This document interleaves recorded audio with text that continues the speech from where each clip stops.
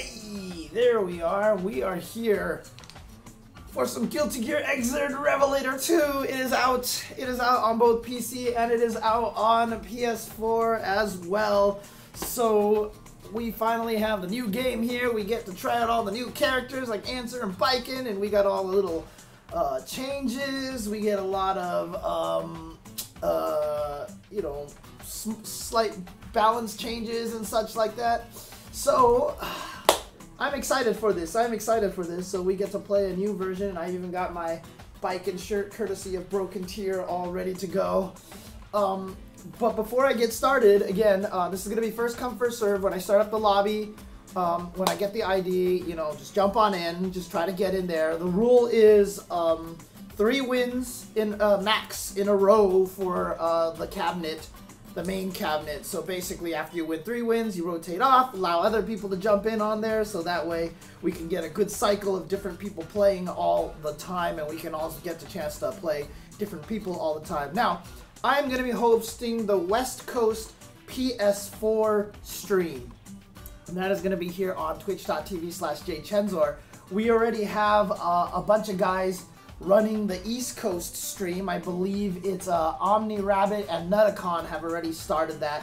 You can already see at the top of the screen scrolling right now is the East Coast lobby, which is UMNE at twitch.tv/Venushka. So you can go and watch there as well and jump into that lobby. If anyone is willing to host a PC lobby, if there is a PC lobby that someone wants to host for Rev 2, I will definitely add that up there, as long as you have the password as nuts and as has a 2+ bar restriction. That's for your own benefit. But let's go ahead and start some online lobbies. I know the lobbies are different now. So here we go. How does this work exactly? This is player matches. I think this is how I do it. So create your own room. Yes, here we go. So winner stays, casual match, default, capacity, blah, blah, blah, 2 or better, skip time limit, no voice chat, battle chat, share functionality, round time, rounds of victory, room specific rankings. Okay, there we go. So we are going to do this. Let's go ahead and create a room.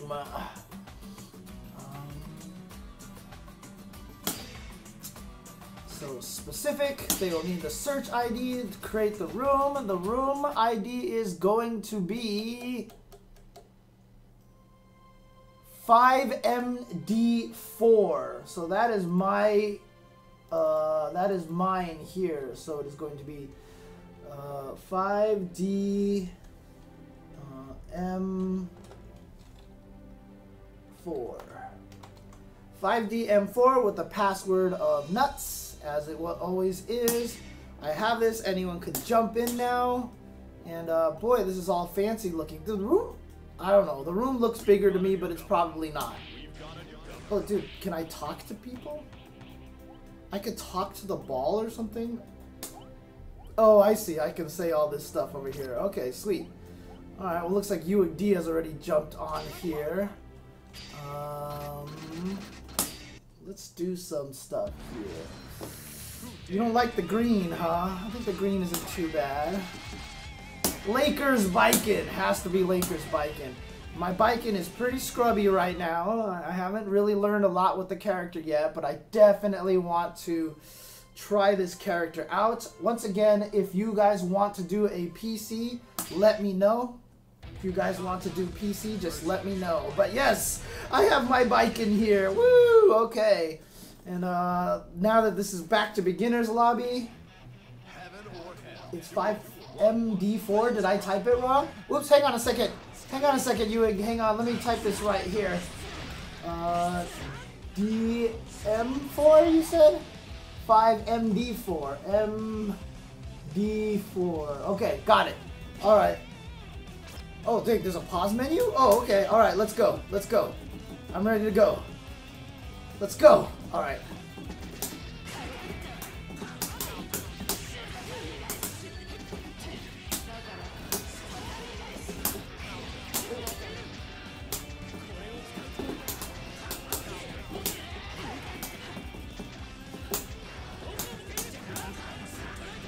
Oops, screen sever. Ow, ow. Oh shoot, where did this pause menu come from? Why is that pause menu coming up?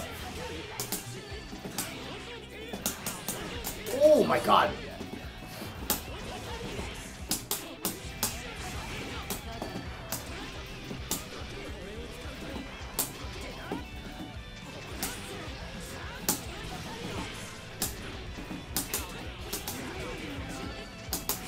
Oh, uppercut!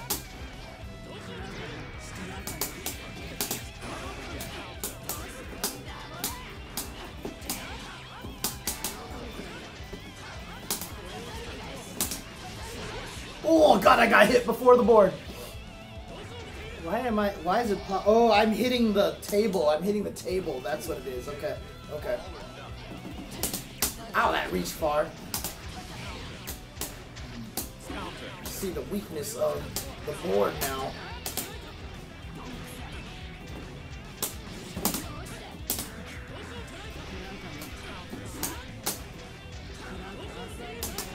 Oh, greed sever.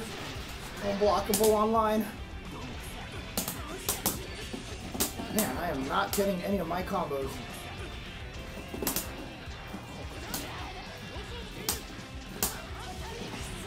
Oh, went right under! Nice.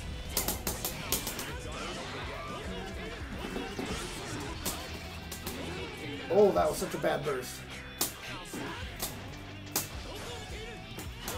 Oh, that's right, I'm supposed to do something. It's not automatic.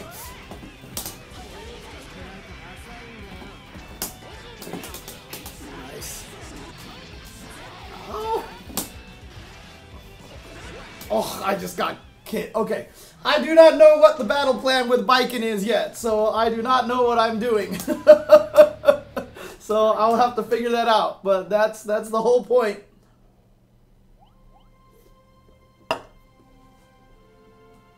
I gotta figure out what it is that I'm supposed to do with that character. Anybody wants to start a PC lobby? Again, if you want to volunteer to start a PC lobby, I will go ahead and set that up over here as well. Let's do this. Heaven or hell, duel 1. Let's rock.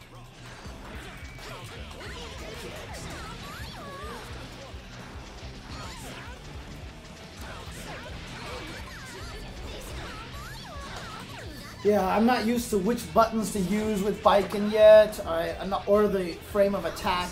I have the lame attack right now of just dash up, and I want to hit you with crouch with 2K because I just want to do the combos that I know how to do, which is not going to be working long term. That would be cool if they announced more Rev stuff. Actually, I would be super happy if they did. They like announced another new character that's coming out or something like that at some point in time. Because there's definitely potential for that, for more new characters. Like maybe a Bridget or a Zappa or maybe Angie, because Angie was hidden in one of the story things or something like that. Like there was apparently a reference to that character. RoboKai was in the story, yeah, Zappa was in the story. A whole bunch of characters have the potential to still make it over here.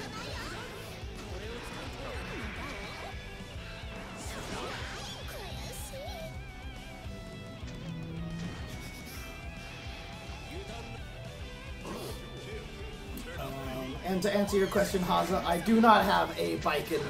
I played her from the old style. Of course, she had the alpha counters back then, so that's very different now. So I have to learn how to play Biken without the alpha counters, which is going to be tricky. And so all I want to do, shoutouts to Ross Cobrit for the subscription. You have become a general in the Chen Dynasty.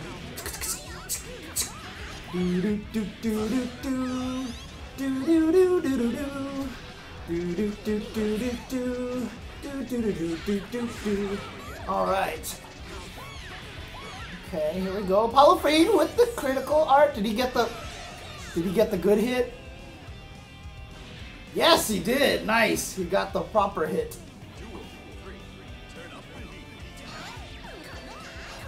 Oh, Azami is the counter? I always forget what the names of all the moves are. I'm too reliant on tatami mat. Like, I just want to tatami mat everything all day.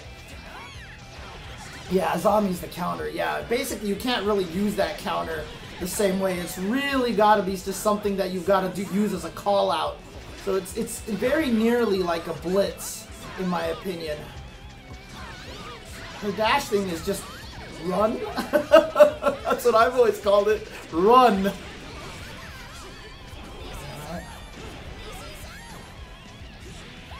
Even Sharon? Oh, really? Sharon, like the best Viking in Japan, pretty much, from previous versions? Yeah, I mean, the Viking is not going to play very similar to the old Viking. I mean, a lot of the combos are going to work, obviously, like the dust loop stuff in the corner. But the fact that she doesn't have the alpha counters is going to make her basically a completely different character. Excuse me, because before it was just scary to attack her. And so basically you could just rely on that. You could just chill back there, and as soon as people try to attack her, you alpha counter. And it was a really interesting game. So Biken just really just kind of ran up and waited. You know what I mean? You really had to throw Biken a lot. Now I feel like it's going to be a little bit different. Let's see what Double Bear's got here with Biken. Let's see if he has any battle plans so far. Oh, crouch heavy punch. Okay, that's a good poke. It's a Tommy mat pressure. But you can see the air tatami mat takes a long time to start up, which is why you can get under it so easily.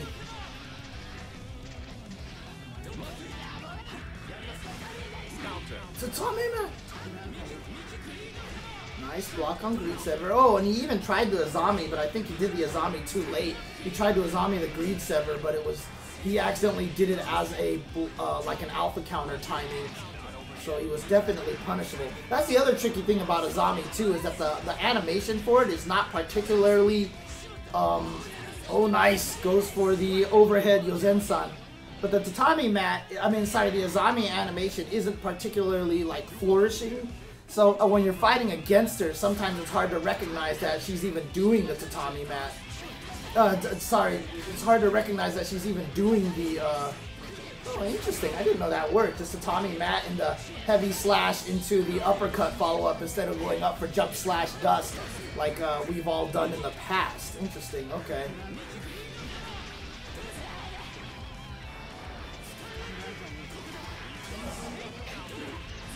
Air tatami has not necessarily recovery, it just has a crap ton of startup. That's the biggest problem with it. Oh, shoutouts to Freakmaster for your continued subscription. Much appreciated, sir. You have also joined the Chen Dynasty.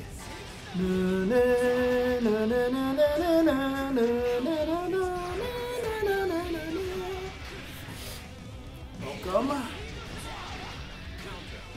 Continuing to be one of my strongest generals. Oh boy. That's a miss. Oh no, you just gotta punish that. It's pretty punishable, I'm pretty sure. Oh my god, just a punch. Air Tatami YRC probably is actually super good. I haven't actually experimented with it yet. God, the animation is so beautiful in this game. God, it's so good. Oh, man, it's so beautiful. It's so beautiful. However, I do not want to do... Whoops, we don't need to do... We don't need to do bike and mirrors, so I'll go back to Johnny here for now.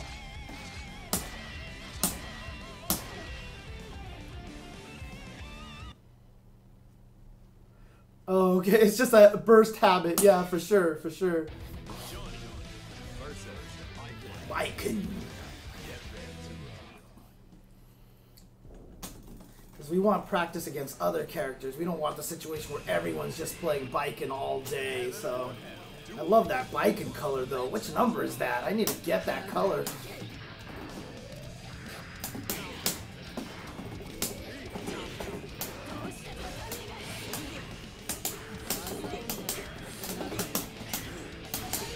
Oops. Whoops. I'm gonna do that.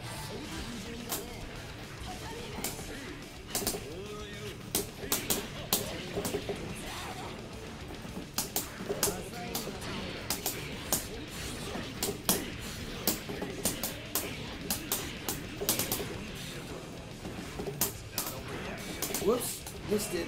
Ah, she went under my burst! That's a good poke. I gotta use that one more.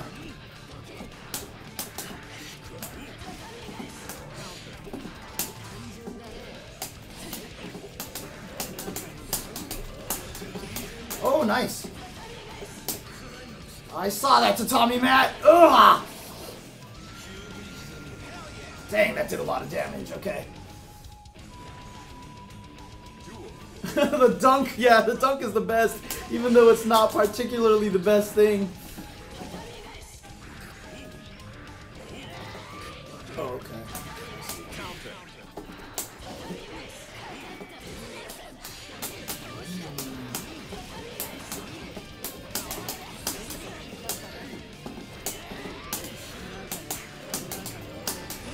Oh, nice. Ooh, okay.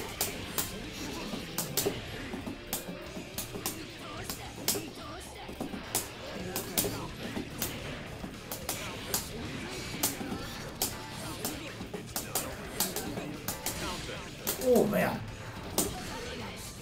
Delay, delay, delay. Yes. Okay, okay, okay.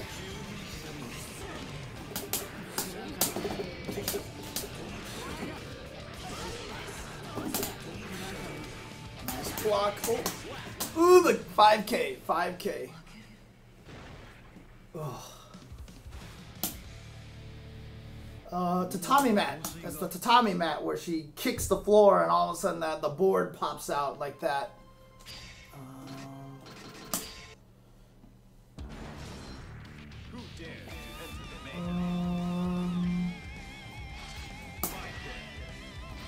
Yeah, I haven't actually gone fishing enough yet to get any of the new biking colors. Wonder if I should just buy them, but I don't have a lot of one left to go and buy them.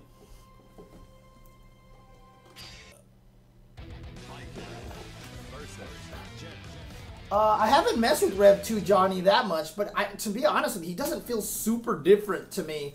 He feels mostly the same. The biggest nerf to me is the 5K because I abuse that move. But it's a button I need to stop using, to be honest, so...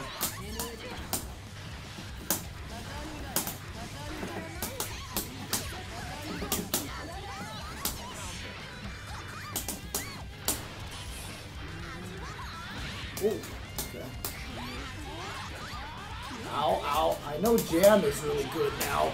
Oh my god, help! Damage, damage! Oh my god. Whoops.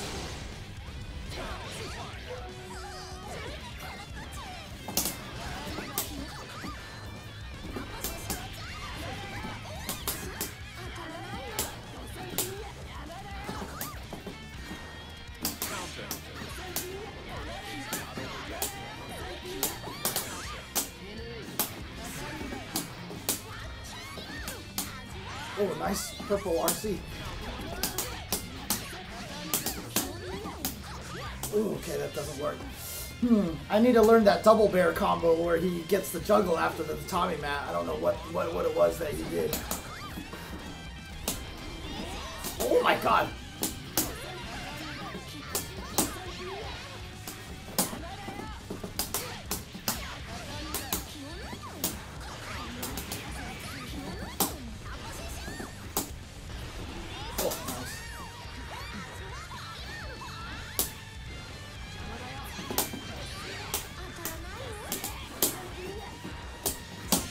Oh.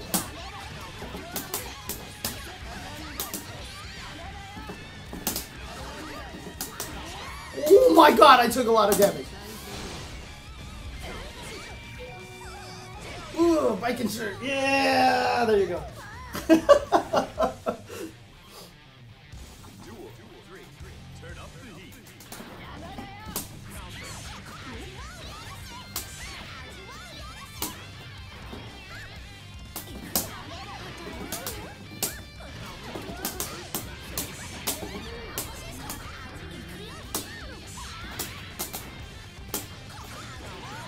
Oh, I'm supposed to do something. I always forget that. I think it's just gonna parry automatically like the blitz.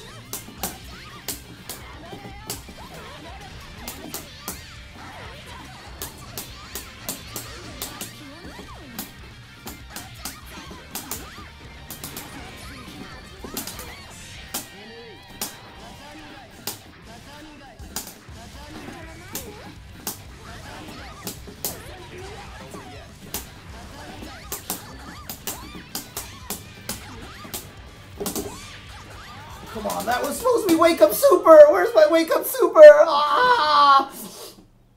Ah.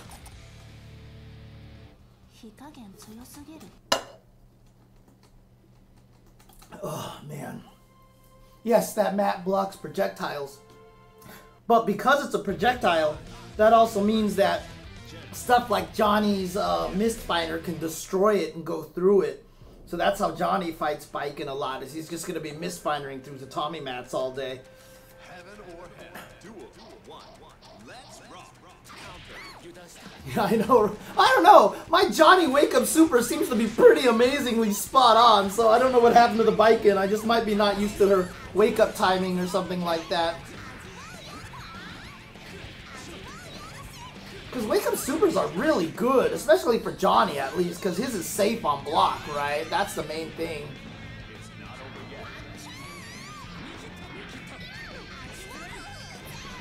Okay, nice throw. Gets the Greed Sever and the Juggle combo, decent damage. Sets up the meaty... Ooh, excuse me. Sets up the meaty Fireball. Here comes another one. Through the seal, but backdash to escape it. Doesn't have to deal with it. Oh, there we go! The double puffball. Double Kokosho for Jam. Good stuff. And now gets the Dust combo into the finish.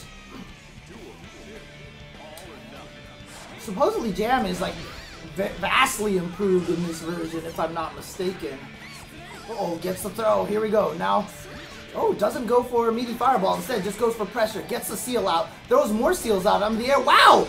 Kind of a YOLO button press there, and it worked, but I don't think that was the towards H, because towards H looks completely different. Yeah, that was... Oh, that... Yeah, so the first hit of the towards H just looks crazy now, so... Ugh. Alright, dash up, and he's going to get some punish over here.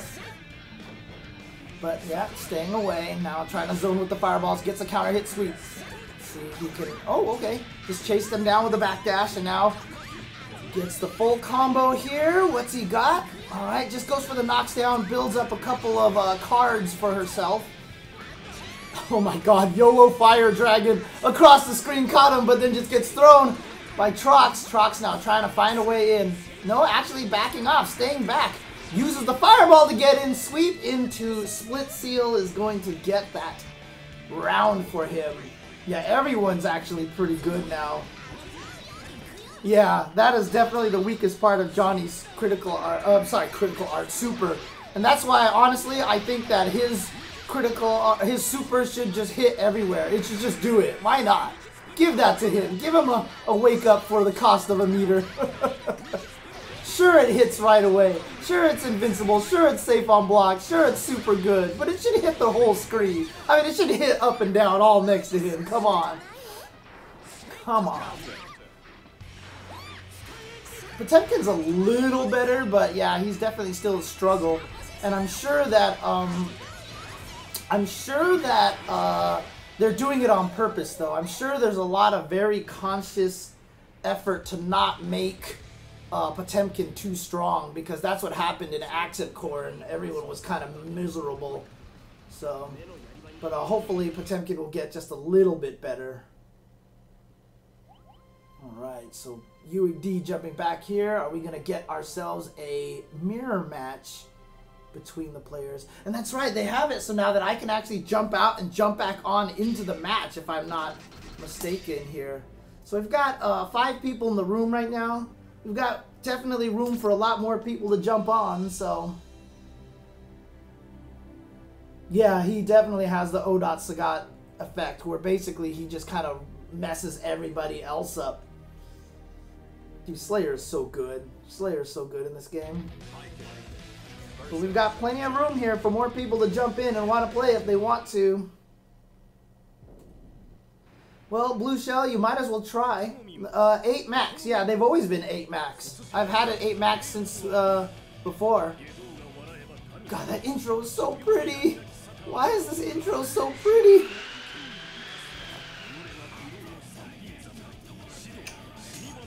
Yeah. God, it's so good. God, that Fab versus Samito match was so crazy. Oh my god. Yeah, Roscoe, if you want to jump in, feel free to jump in. You are absolutely welcome. Oh, UD is trying some Johnny now. Interesting. Okay. See what he can accomplish with this character. And Trox is going with Bikin. Oh, dang. We're all like switching around everywhere now.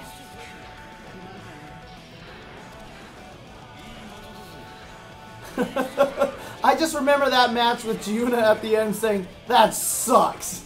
That sucks. And you know, to be honest with you, it did suck.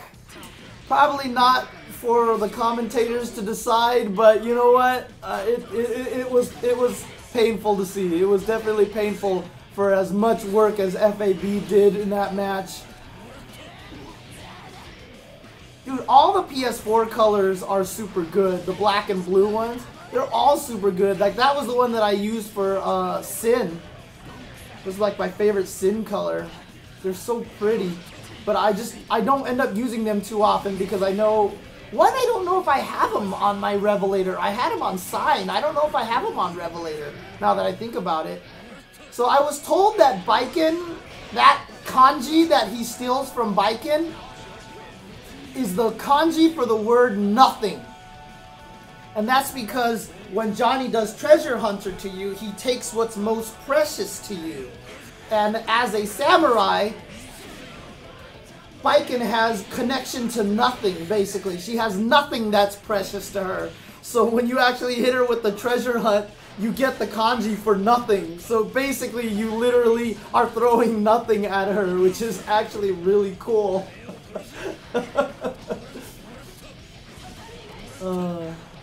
It's so good.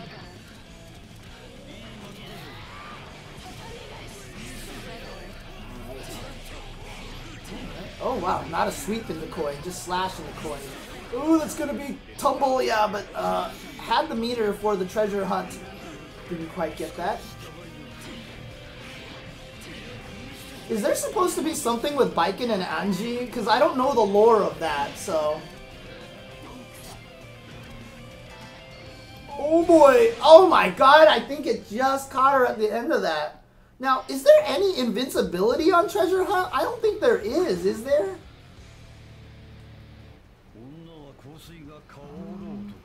Let's check my gun frame app, shall we?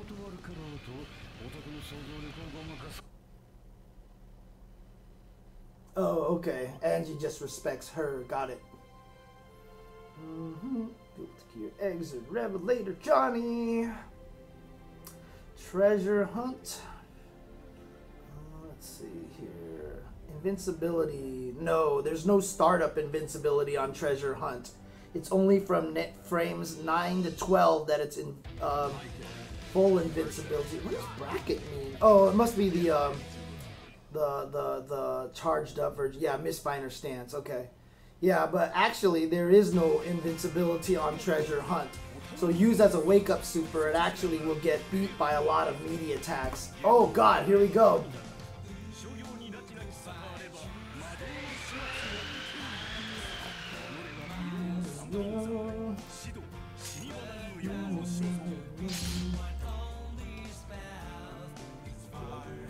From my own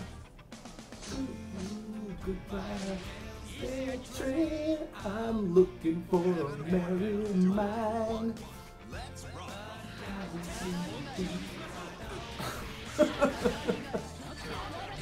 From my own.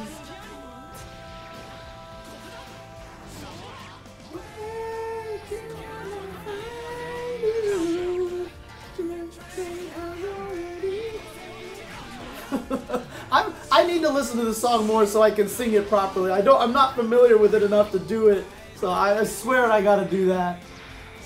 I think people just hate the song because it doesn't feel like you should be fighting to the song, right? But outside of that, I mean, it's like everyone hating on Nanasei's theme from Uniel. I don't know why everyone hated on Nanasei's theme, man. You're all haters! You're all haters!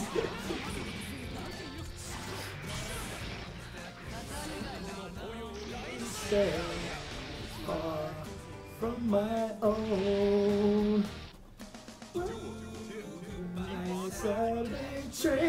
I'm looking for a free time.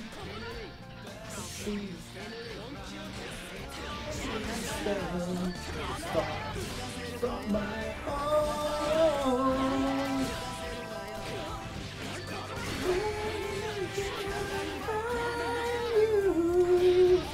Oh, the Xrd soundtrack is awesome. Are you kidding me?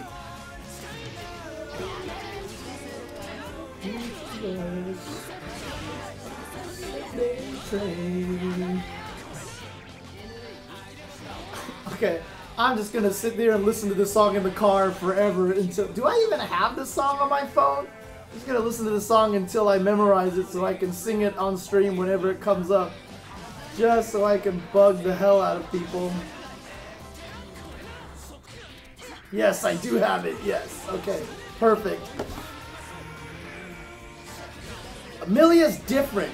Milia's very different because she doesn't have the set play vortex off of her jump H. Now she's a lot more reliant on the hairpin because the hairpin is what's going to get you the hard knockdown into the setup. So now you have to manage not only hitting them, but you also have to make sure you have your hairpin so that you can knock them down and get the vortex and reclaim your pin at the same time. But she definitely got nerfed in this game because I feel like that's such a big change for her to not have that free vortex option all the time. But I'm sure she's still fine, but I don't know. I don't know if Lord Knight's giving up on her. Oh, he actually thinks she got buffed?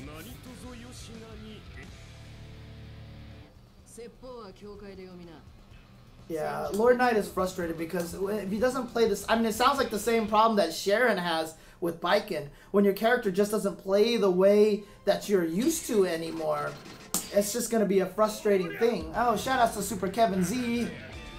Senior Viper, yeah! Shout outs for the subscription there. Welcome to the Chen Dynasty.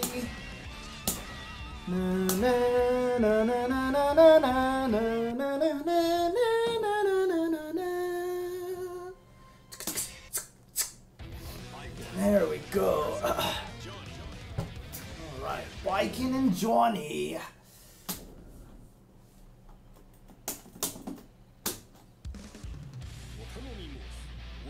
Oh, okay, so he's not sure how she is right now. Okay, got it.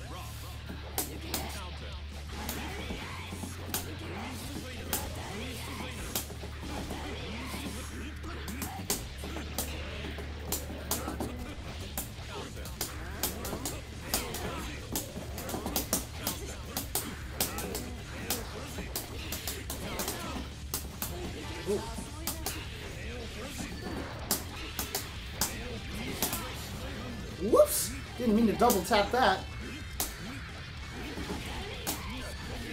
Oh, nice!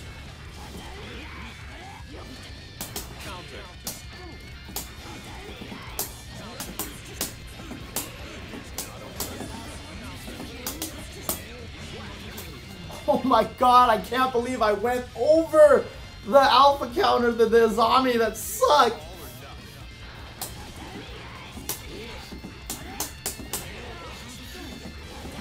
Oh, my buttons are... Oh, nice.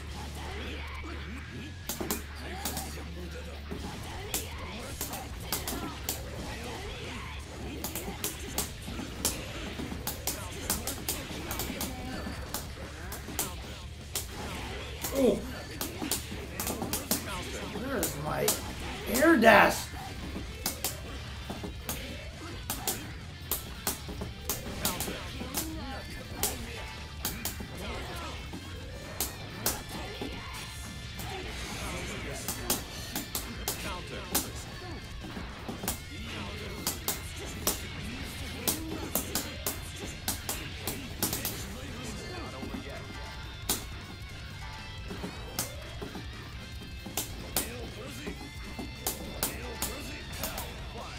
Okay, you just want to do the super. I see.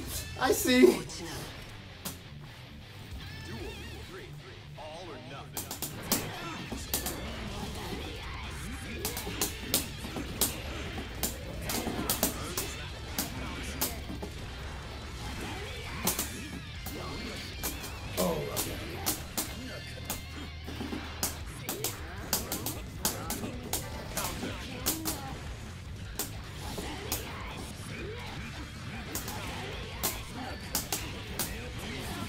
Oh, wrong one.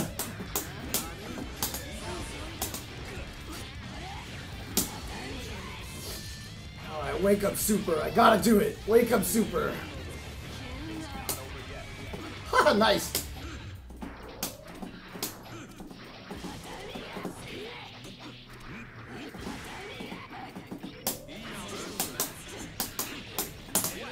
Oh, Viking still has really low health compared to everybody else, right? Stealth Sleeper, if you look at the top of the screen, the lobby is up there, the lobby information. I'm doing the West Coast lobby right now. You'll see it scrolling across the screen right now. It is 5MD4 is my lobby. And the password is nuts. Yeah, her damage is good, but she's tough. She's tough to play, yeah.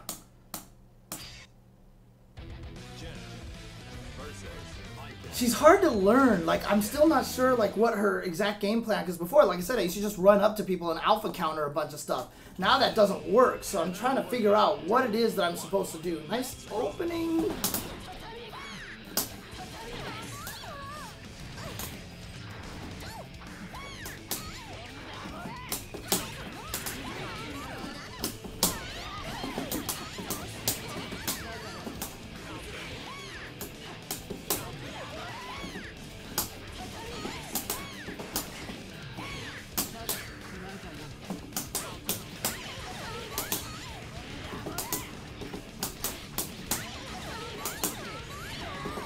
Ah, can't get my air dash.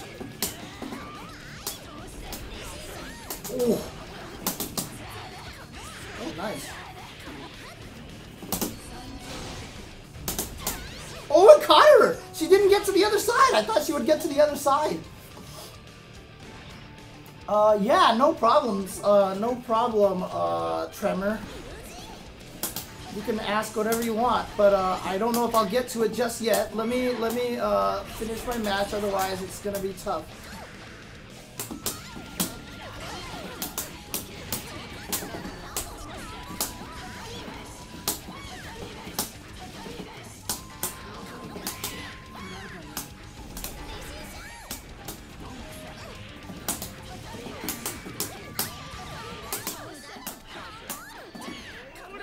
Oh, shoutouts. Okay, I'll get to you in a second.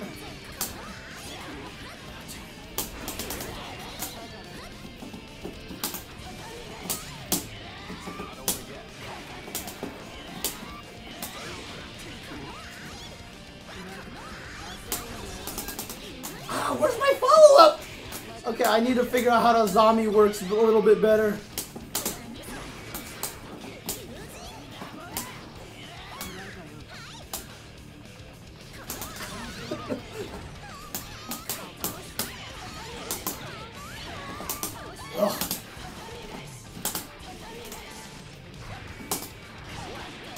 Oh!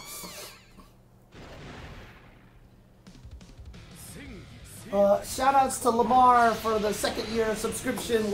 Welcome back to the Chen army, to the Chen dynasty. Na na na na na na na na na na na na na na. Actually, Trox, who are you gonna use? Oh, okay, okay. While playing, you want to get into your own head, want to get good really fast, and that's messing with my focus. If I lose, people will think I'm bad. Okay, okay, yeah. Let me answer that in just a little bit.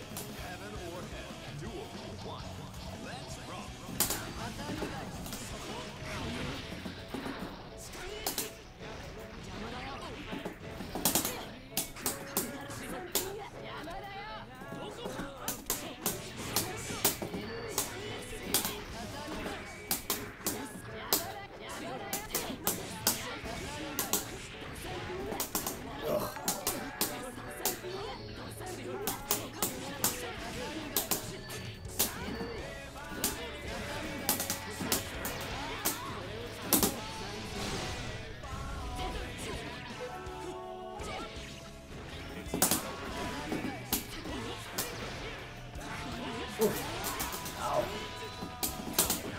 Oh god, this is good range.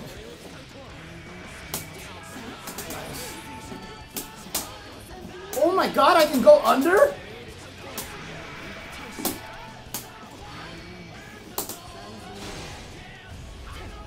Oh no! Got him while backdashing.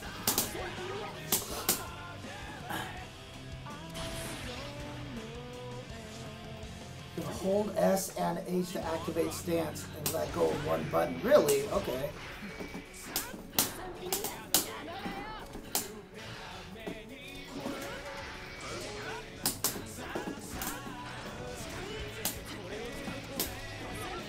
That's so good.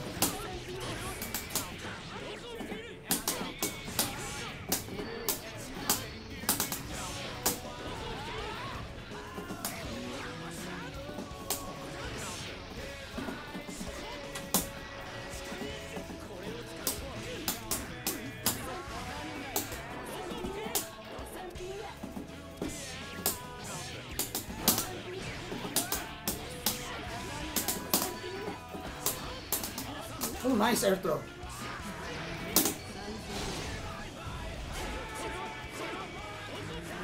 Huh. This should be punishable.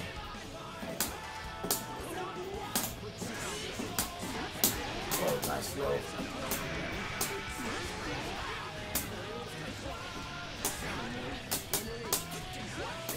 Ugh. God, I don't know what her defense is when the opponent starts rushing in on you like that. Turn up the heat.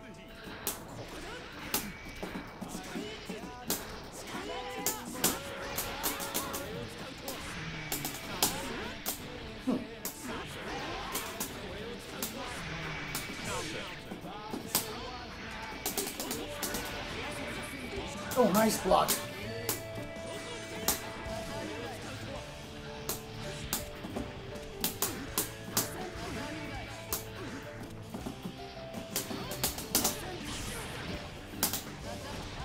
That doesn't work. That doesn't work. Forget about that.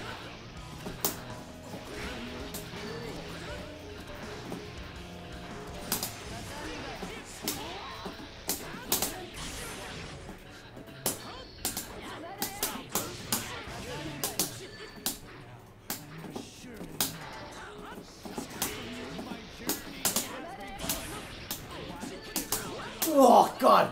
Okay. Yeah, I don't know how to fight the footsies with her yet. I'm not sure what the footsies option are. So I feel like a lot of my moves are outranged by Kai, so I'm not sure what I'm supposed to do.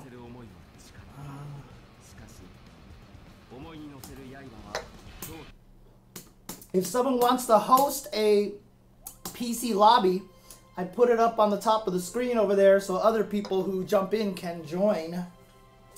So if you are willing to do that, feel free to create one if you want to volunteer for it. What the hell? What? How in the world did this happen?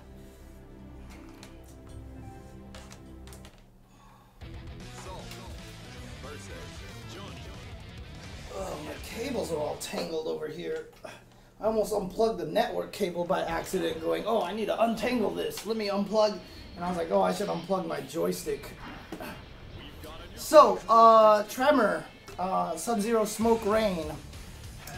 Basically, if you want to get through that mindset, I mean, yeah, it's one of the hardest things is if you try too hard to win, you're basically going to be spending the whole entire time going, okay, okay, okay, gotta win, gotta win, gotta win. And then basically, yeah. It's gonna be frustrating, especially if you have, like, if you're worried that somebody else online is like, oh, you're a scrub or whatever like that.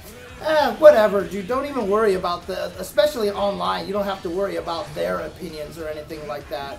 But it's basically, that's very much the Floke syndrome. That's one of the reasons why Flo has so much trouble playing in tournaments. But as a casual player, Flo is pretty much the second greatest casual player I've ever seen in casual matches. I don't mean like, oh, he's a casual player. I mean like when we're playing casuals or we're playing friendlies as they're called in Smash scene, nobody is better than Flo, except for maybe Justin Wong.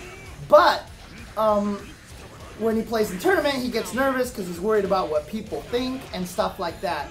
You just basically, I mean like in the case of Flo, He hasn't gotten, okay, by the way, Trox, if you get that counter hit uppercut like that, you should be able to get a juggle, a free juggle into a further combo off of that on the counter hit uppercut in those kind of situations where it hits at the top like that.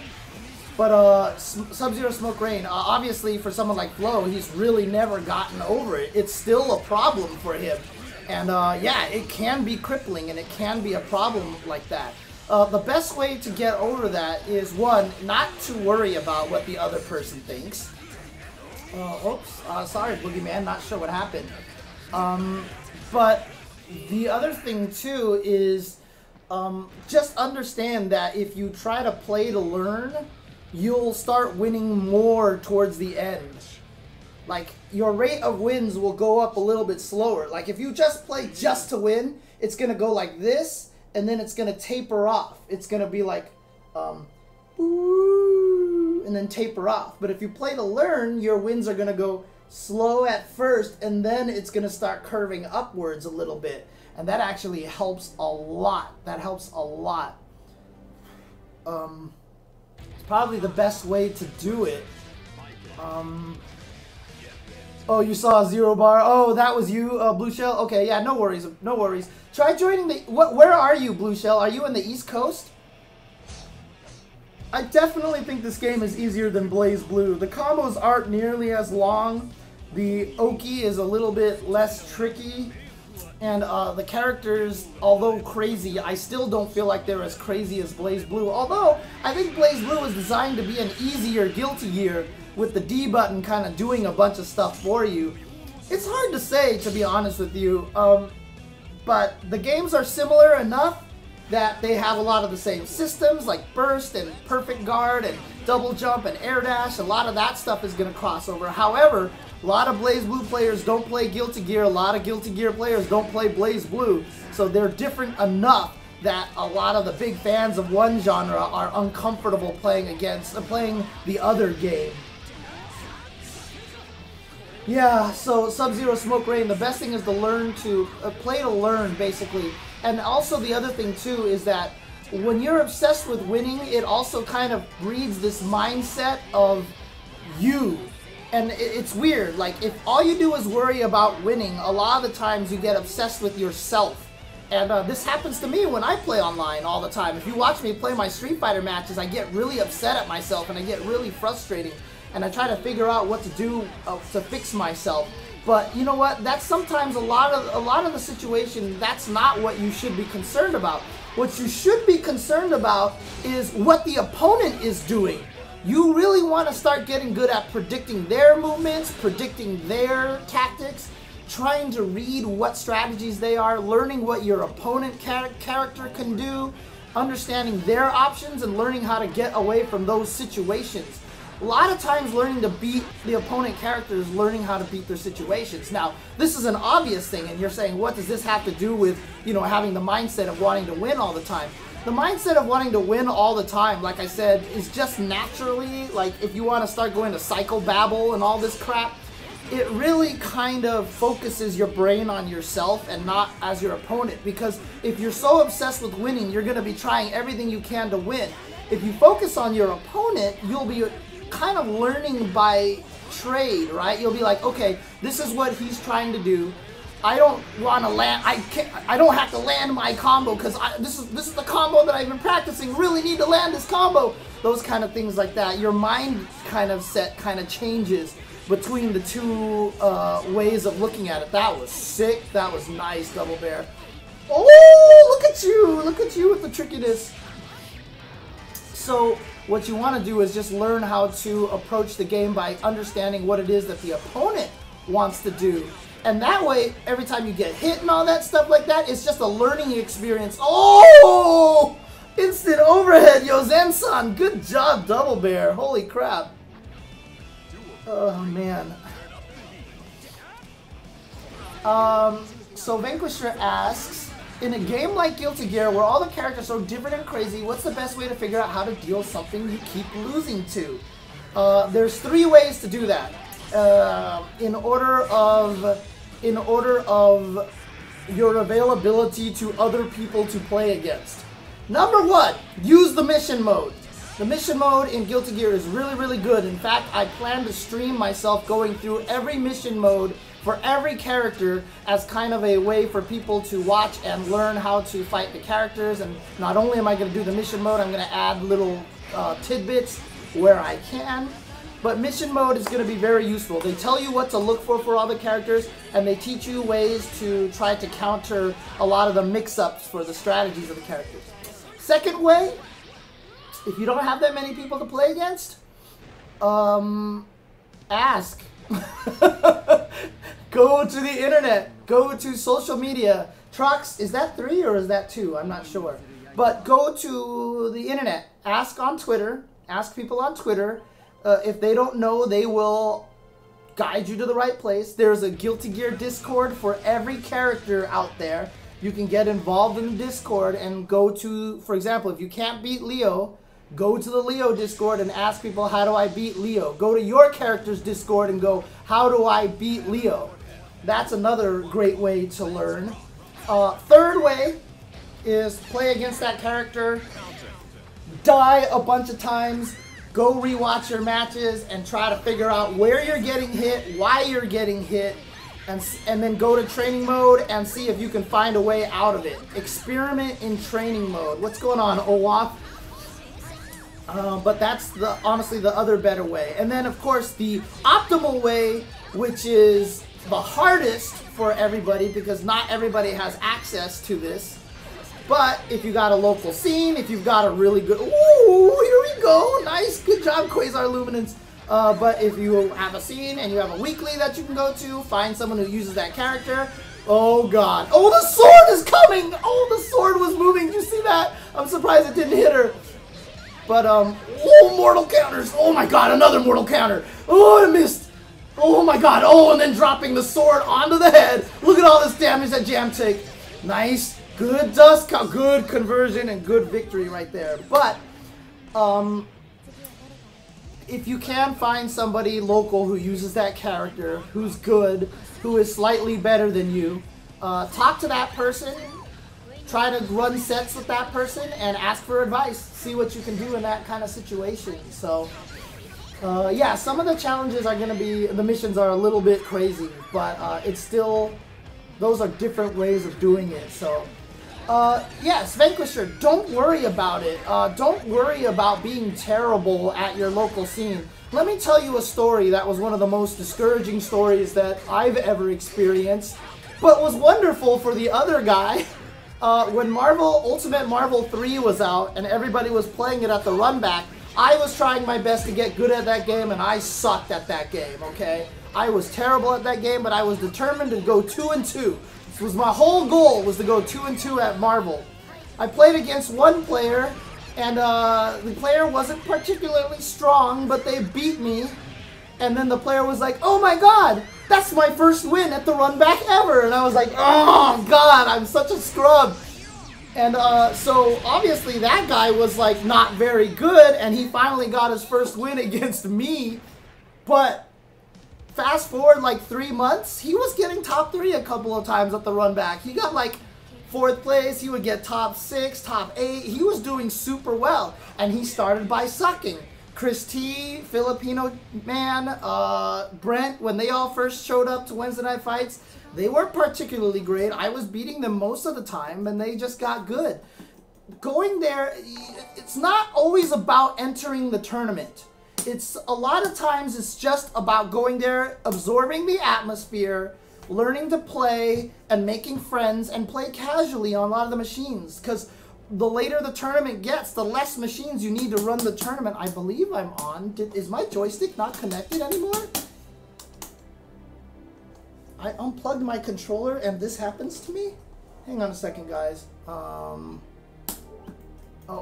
got kicked off! Damn it! Because my joystick stopped working. Damn it!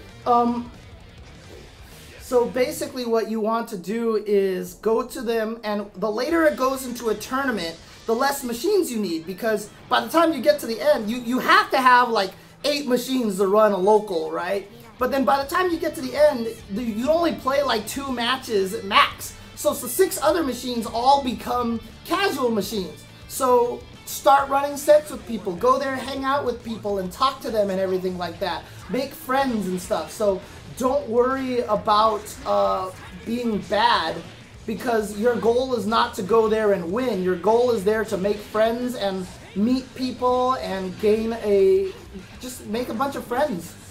Make a bunch of friends, and you'd be surprised at how friendly all these people are at these scenes. Yeah, I mean, FTC has this reputation for being all hardcore and all that crap, but whatever. Yeah, whatever, dude. Just go for it, dude. Ram is the best, and I think he's even using the color of Ram that I have in the figure over here, which I think is the main color, but any case, that's not the point. Where do you play, Vanquisher, if you don't mind me asking? Old folks learning the games. Yeah, I mean, the biggest challenge for old people learning fighting games has nothing to do with reaction time or any of that stuff. The hardest part about old people learning fighting games is time. It's just, old people just have less time. That's the way it works, right? You get a family, you have a job. Time is the most important thing, and so when you're old, it's just hard to learn because you can't dedicate as much time to learning. You can't dedicate as much faculties, whereas someone younger, you know, can think to himself, God, I really hate this Ramlethal matchup. I really gotta learn this Ramlethal matchup. You know, if you're an adult, you're thinking to yourself, God, how the hell am I gonna pay this bill that's coming up? Oh my God, I had to take my cat to the vet today and it cost me a crap ton of money. You know, those are the kind of things that you start worrying about now. So it's different when you're older, but there's nothing stopping an older person from learning and getting good at a video game, to be honest with you. It's just the amount of time. Now, there is a little bit, because when you're older, you get more stubborn. I actually feel like this is the biggest thing that hurts older players when they try to figure out how to play fighting games, is they're stuck in their ways. They have a certain mindset that they're very unwilling to adapt to things. I fall into this all the time. Like when I played Street Fighter V, like I had trouble accepting a lot of the craziness that Street Fighter V is, and I really want it to be different. I want it to be what I'm used to, and that's the hardest thing. It's what they say: you can't teach an old dog new tricks, right? It's false. You totally can. It's just the old mindset. You just get lazy because you're like, I don't want to deal with this, because you feel like you did all this learning when you were younger, and you put in all this effort to learn things, and you're just kind of hoping everything that you learned already pays off. So,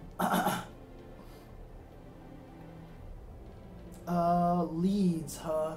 Winnipeg, Manitoba, Canada. So Double Bear started going to his local early this year. Everyone there is super good, and they kick my ass, but they are really nice and helpful. See? Perfect example there. And yes, he's right. Veterans really do try to help. They try very hard to try to help people.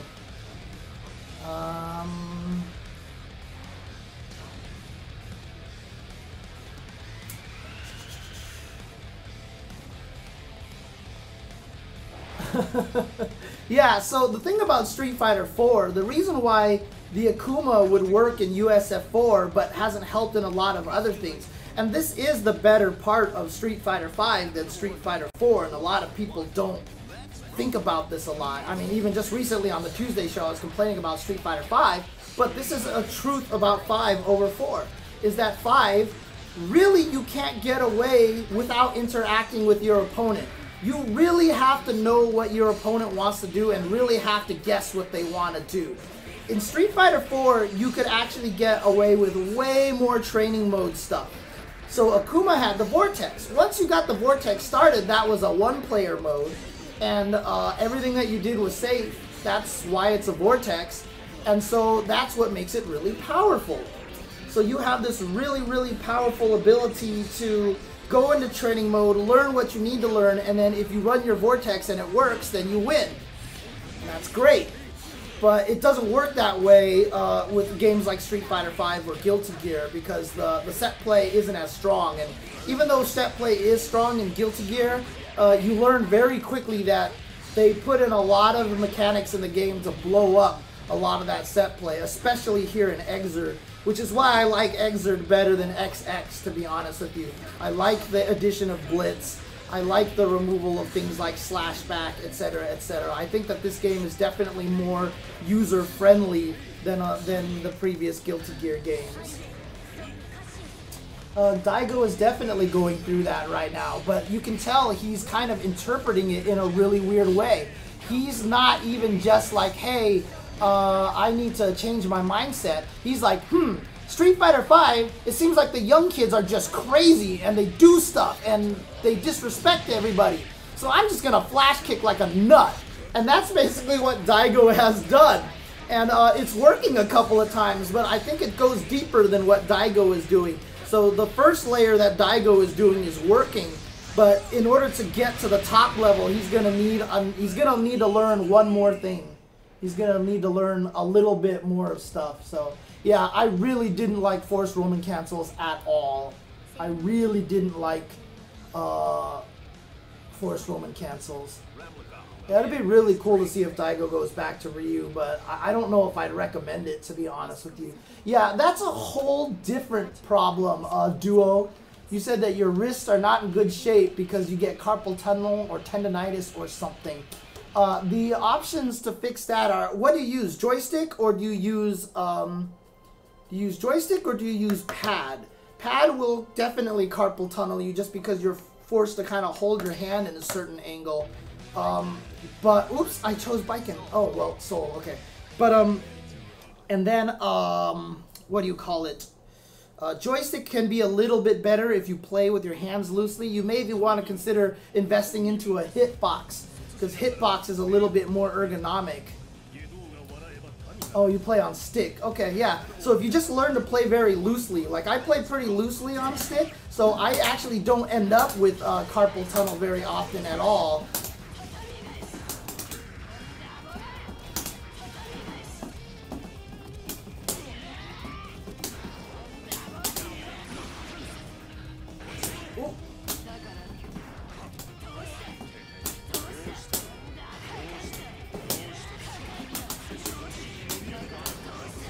What's going on, Makoto?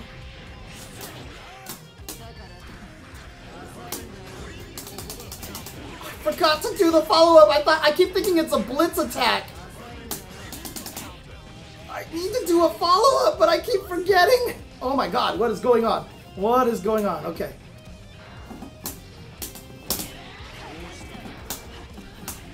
Oops.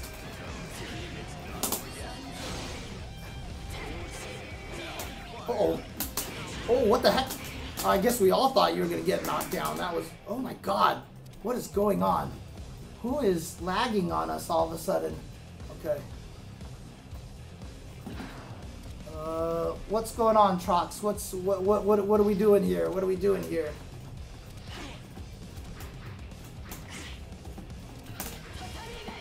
Do you want me to kill you, Trox? Or do you want to just go and play?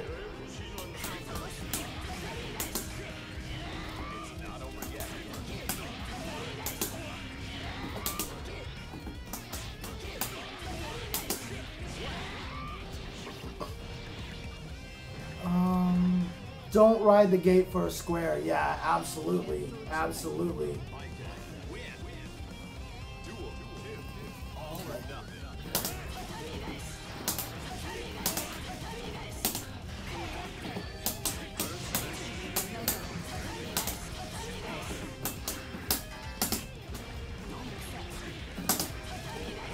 Oh, nice. I keep forgetting to do the follow-up. Oh, nice.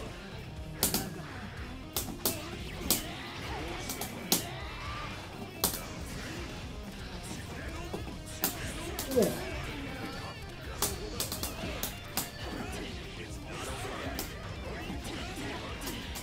Lots of delay on that. Okay.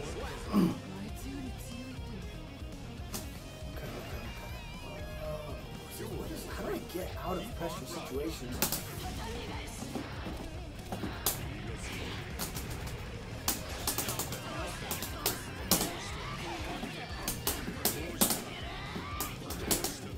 Oh my god, What is going on?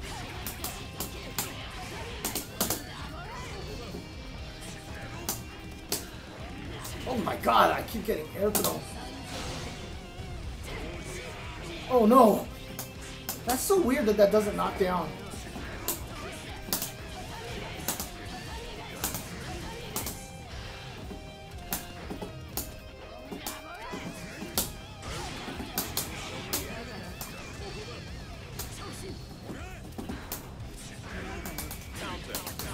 Oh my god!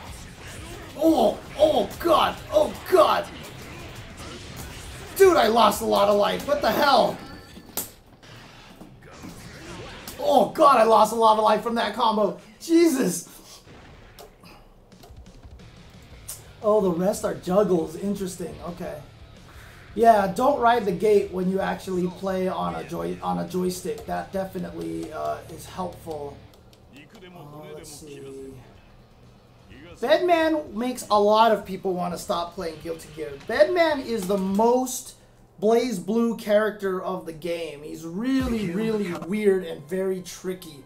So you just have to learn how to fight that. Character. But that character is just really weird and tough to deal with.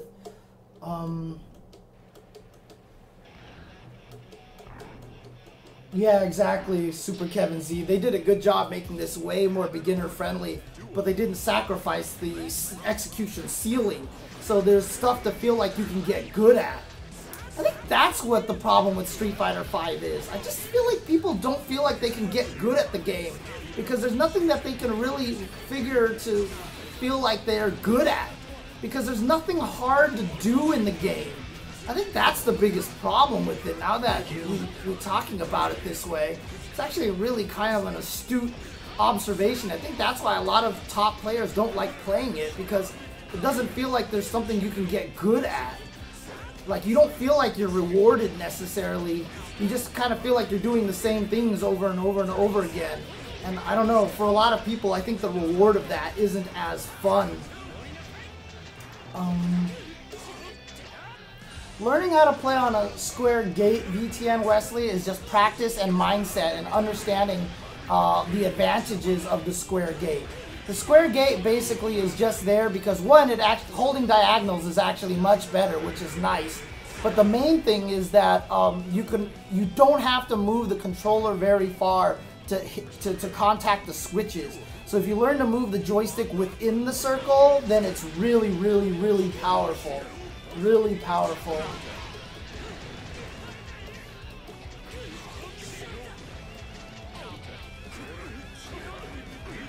Yeah, it took me a long time, Wesley. When I first started using the TE sticks, I was having so much trouble because I was used to, you know, octo gates or perfect 360s and stuff like that. I was definitely having a lot of trouble on that, but I've practiced hard enough, and now I'm actually much more comfortable on square gates and prefer it much more, to be honest with you. If anyone wants to start a PC room, I'm totally down to do that, so.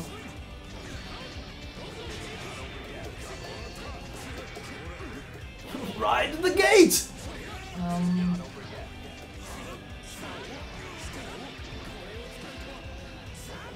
Okay. So if you start up Azami with S and H, and then let go of S, the stance still holds, and then you can get the S follow-up to come out. Gotcha. Okay.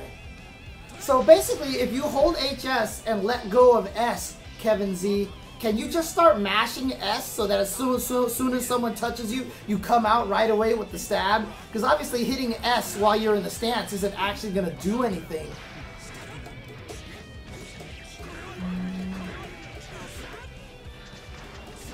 How do you approach neutral in this game, asks Bitfrost. Not merely character specific. The way that you approach neutral in this game is understand movement. Jumping is not a mistake in this game. Learn about dashes, learn about how dashes change your jump arc, learn about instant air dashing, learn about double jumps, learn about high jump air dashing, learn about back dashes, learn about all your movement options. That is how you are going to learn neutral in this game. is learning how to move your character. That is first and foremost the most important thing. It's actually the most important thing to all fighting games. In particular, even Street Fighter, it's the most important thing. But Guilty Gear, it's so much more pronounced because you don't have just walk it back and forth, crouch, dash, and the occasional jump. This game, you've got all sorts of movement options, and you want to learn all of them. You want to learn all of them.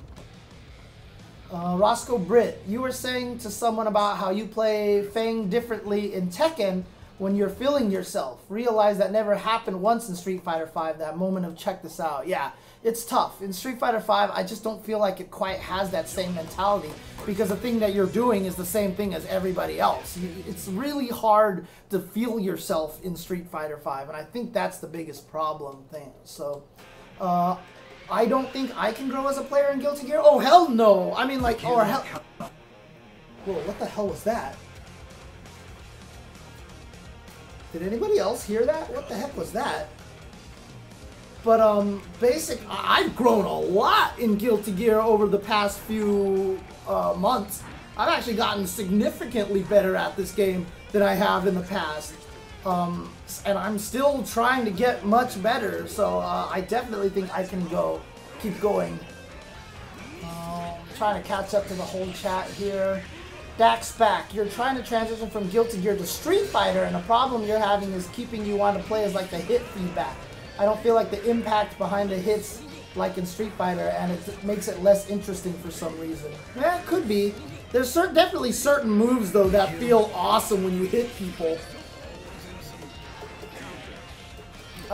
Certain moves in Street Fighter that make you feel awesome when you hit people.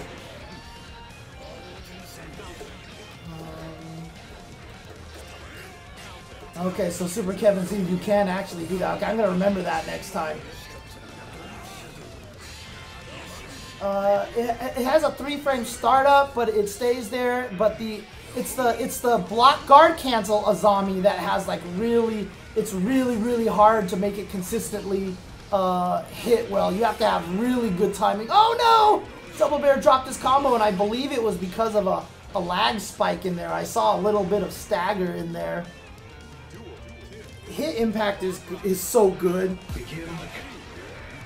Okay, did you hear that again? What is going on? What is playing that noise?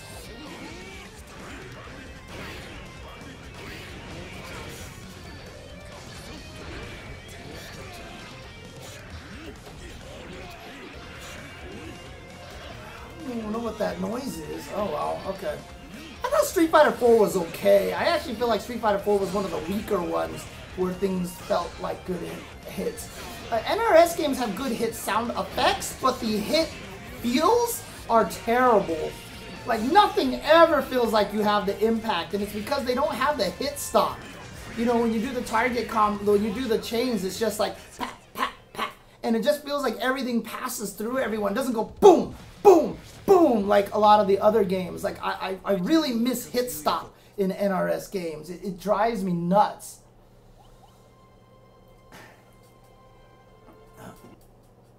Yeah, that was a problem, to be honest with you, Duo, that like a lot of the stuff that was going on in the beta was like way more powerful. I definitely feel like they weakened a lot of people. People don't remember a lot of the cool things that you could do in the beta of Street Fighter V.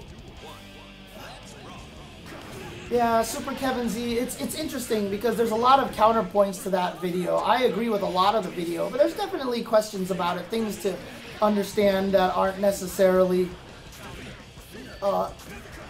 like, there's a lot of good counterpoints, and you know what, to be fair, Gerald wants those counterpoints. He likes the discussion, so it's not just about, hey, I'm right, this is the situation. So he likes the arguments and stuff like that. But it's a great video, and I love it, and I agree with so much of it is there. What's going on? Not handled.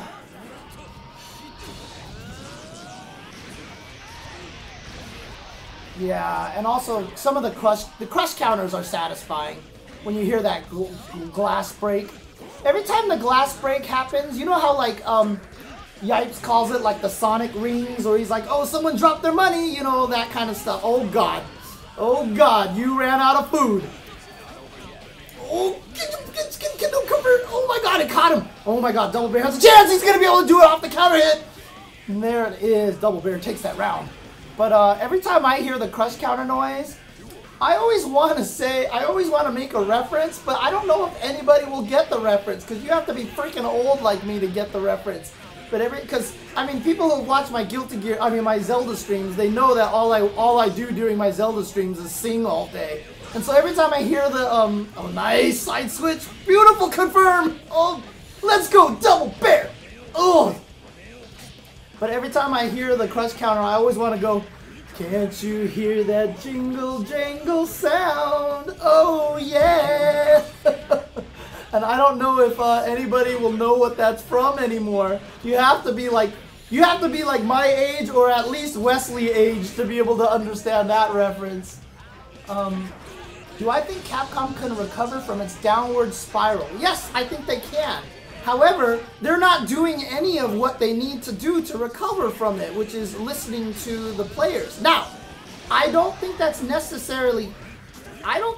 Capcom of USA's fault. I actually think that just has to do with the Japanese company having some problems. Like if you notice, I feel like Harada is much more, oh nice! Harada has a really better understanding of what to do. So,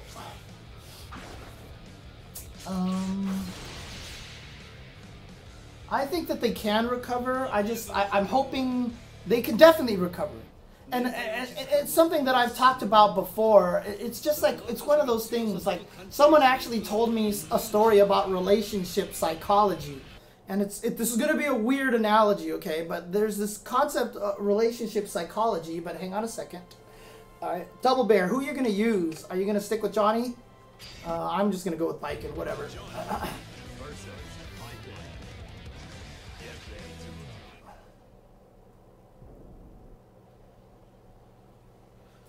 The game is great to watch. Street Fighter V is great to watch. It's just super stressful for the players.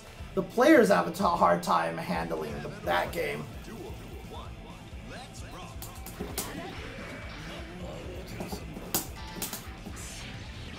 Ooh.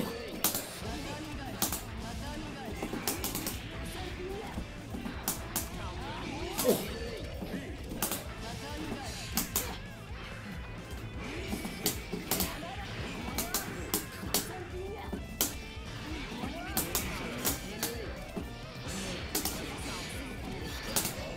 Oh god, I gotta stop hitting that.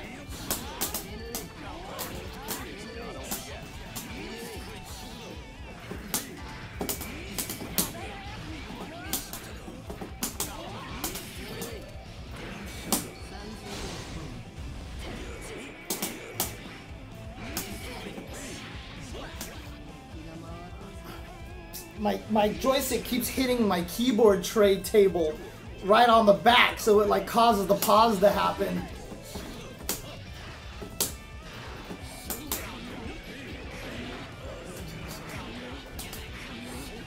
Oh god. Oh my god, paper. Oh god, I gotta fix that. I was doing it, Kevin, it didn't work. It didn't work. I let go and I mashed S and it didn't work. I didn't come out with a counter. What happened? Oh, man. Alright, I gotta test this out.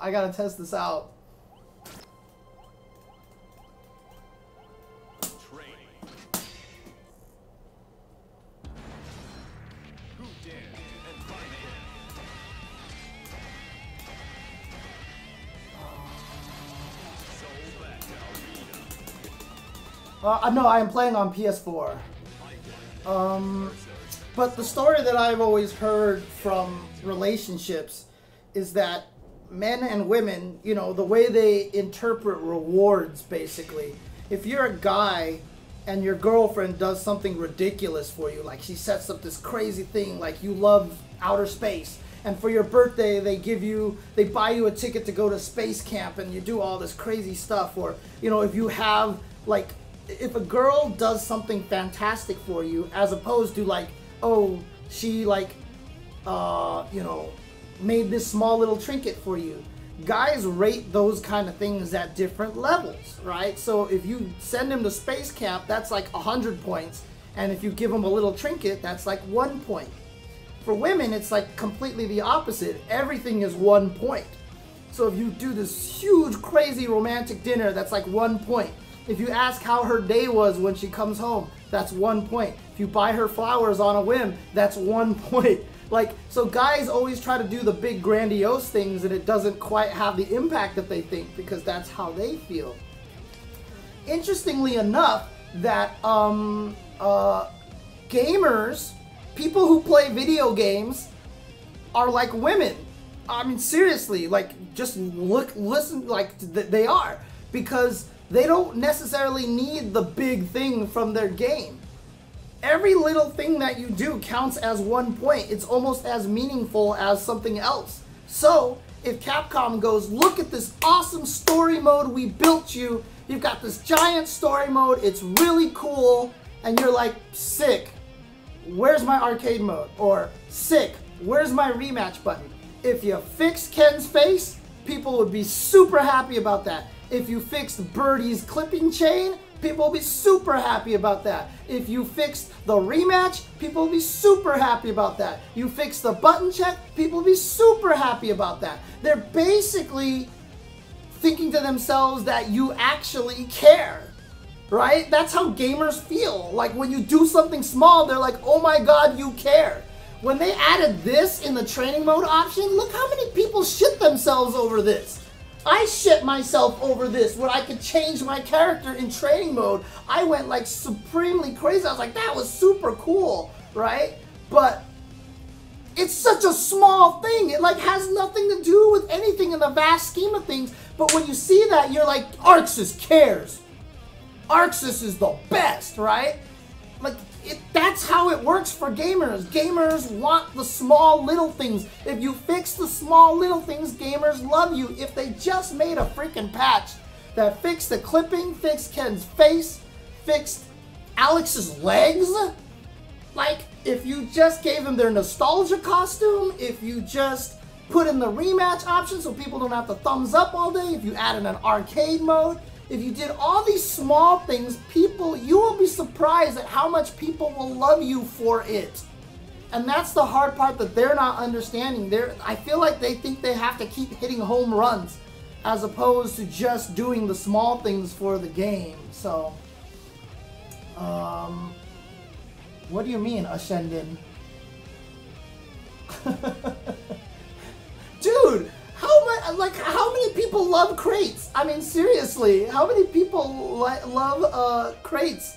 You go fishing in Guilty Gear and it's awesome. People love fishing in Guilty Gear. I'm telling you, Capcom needs to understand that, basically. Whoops.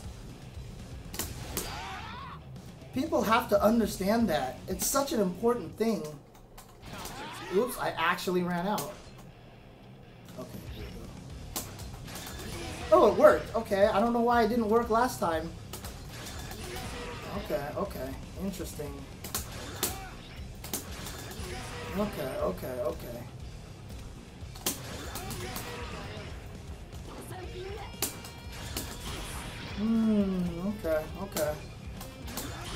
Okay, there we go. Yeah, I'm not sure why I got it to work.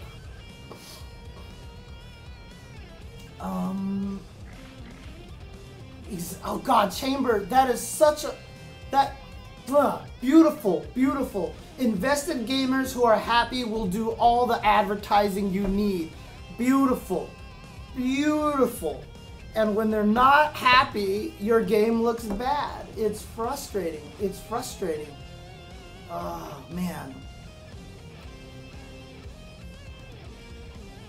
Seriously though, people are like, they'd be super happy if they fixed a bunch of like small things. It's so important, in my opinion. Okay, I'm just gonna have to get used to that, basically. Just let go and hit the other button. But my problem is I'm not even trying to do a follow-up attack. I feel like the follow attack is gonna trigger automatically because I think it's a blitz attack right now. Because especially it's the same buttons that I use for blitz.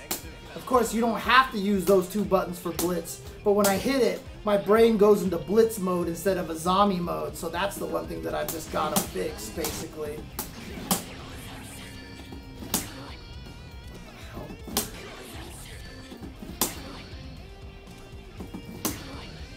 What the hell? Is it because I'm hitting this button. It's such a bad idea having that button mapped. I should just really learn how to play Johnny correctly. You know what? Screw this button configuration. It's only gonna hurt me in the end. I'm gonna just have to learn how to do Johnny's thing properly.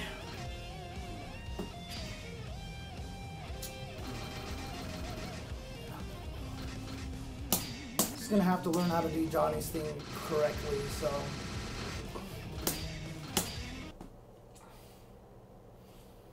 I think it's especially important for fighting games because in fighting games you see the small stuff thousands and thousands of times over the thousands of hours that you put into the game, whereas you play the story mode once and it's done. Yes, that is correct. And yes, yeah, it's true. Smash, right? Melee, there's no Nintendo doesn't even support Melee, and Melee keeps getting bigger. It's like ridiculous. So it's really a wise thing to say.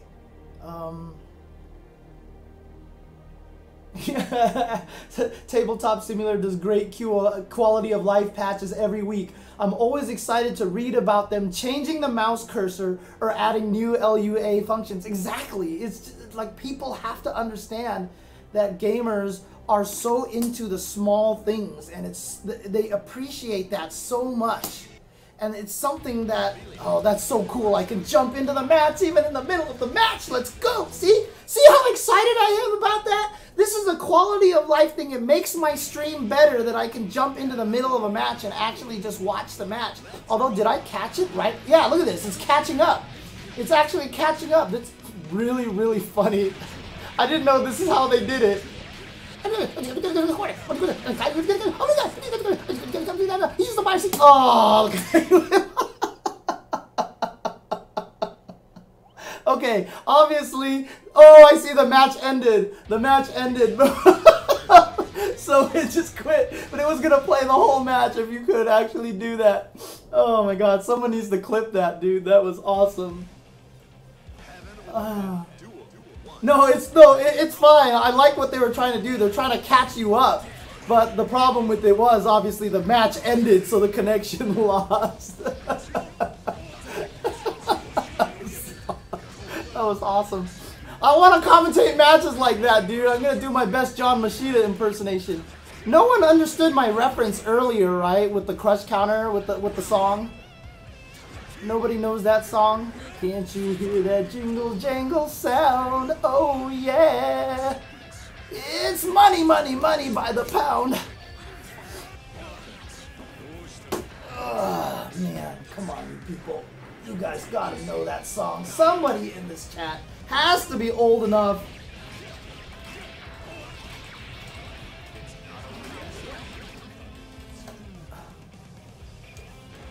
Let's see.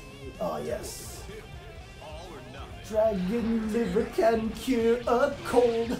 Dragon powder grows hair. With dragon blood you'll never grow old. Every item is covered with gold. Every item is covered with gold. Every little piece. Every little piece. Dragon, you're my wagon to destiny. You're the key. Yeah, come on, people. Pete's Dragon. It's from Pete's Dragon, dude. Pete's Dragon is the best. Yes, thank you, Mr. Sticky Mouse. Thank you. Every dream of mine will be fulfilled. What a dragon business we can build. Dragon cartilage keeps you thin. Dragon fat is for burns. A dragon tear will clear up your skin. Watch the profits come rolling in. Watch the profits come. Anyways, I'm gonna stop. Jim Dale, yes, thank you, Mr. Sticky Mouse. Oh man, it's the best. Money, money, money by the pound. Can't you hear? Oh, bind him up, grind him up, lop him up, chop him up. Can't you hear that jingle jangle sound? Oh yeah. It's money, money, money by the pound. Yeah, very, very old movie, but I'm definitely dating myself. I grew up with Pete's Dragon, man. I watched that movie so freaking much when I was growing up. Like, I knew all of the songs in that movie. Oh, man, all my references are too old. This is the problem. This is the problem. I can't make modern references.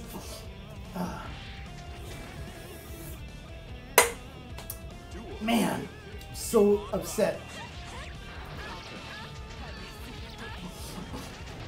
And I actually saw the new Pete's Dragon movie on the plane to Paris, and I was just so generic. Like, it was just like, I watched it and I was like, what is the point of this? Like, why did they even remake this movie? And they didn't do anything to it. It was so generic. You know, oh, evil tree chopping dude is the one who wants to hunt the dragon. What a shock. You know, and I don't know. And like, Pete wasn't nearly as interesting. He was just like an animal. He wasn't as cognizant and like understanding of what's going on. I don't know. I just didn't like the new Pete's Dragon movie. Everybody's talking about something else. I'm still sitting here talking about Pete's Dragon. No one's paying attention. They're just listening to the ramblings of an old man. I'm literally yelling at clouds right now. Oh, man. Yes, there's a 3-game win limit. There's a 3-game win limit. I haven't been paying attention. I don't know what the win streak is. They should actually show you the win limit on the screen or something like that. It's a brazzle-dazzle day. When SF5 did not sell the numbers they wanted, Capcom basically went to support the game with minimal stuff. And just to use the money they get from microtransactions to keep the tour going. Sony got that they got their ROI back with basically making PS4 the default fighting console of the generation. Sony does not care if the SF5 is good or not. Everyone out there that displays fighting as a PS4. Yeah, a lot of that is true. And the problem with that too is that Capcom isn't going to sell any new. That was dirty, our BC220 Fly. That was dirty, but yes, I do agree that it's, oh god, that was crazy. BC20 Fly is really, really good. Really, really good. Oh really, Joe Kogan? You might be the only person who's like older than me here, and you're like barely, just barely older than me. But yeah, the problem is that even if they did improve a lot of the... Well see, here's the thing, right? Doing the small stuff I feel like would take less effort, and that would make the people who are already playing the game happy. You're not going to get new people to buy this game, unfortunately. Yeah, see how BC2P2CO Fly is handling the pins and everything like that? How he's using the pins for the hard knockdown and then picks it up on his mix-up. So that's basically kind of what you need to do. But the thing is, Capcom's not actually going to be able to sell too many more units unless they rebrand Street Fighter V. And rebranding doesn't mean making you buy a new version. They could create a Super Street Fighter V that's just Season 3, but they just name it that way. They have to repackage it to get people to believe in it again. And I don't think that that's happening right now. I don't think that there's anybody who's believing in the game anymore because of all the negativity. But if you trick people into thinking it's a new product, look how much damage was done to the Sega Genesis with the 32X and the 32X CD, because it was really kind of hard to tell if it was a new product. The Wii U did very, very poorly. Are you guys okay? Are you guys okay?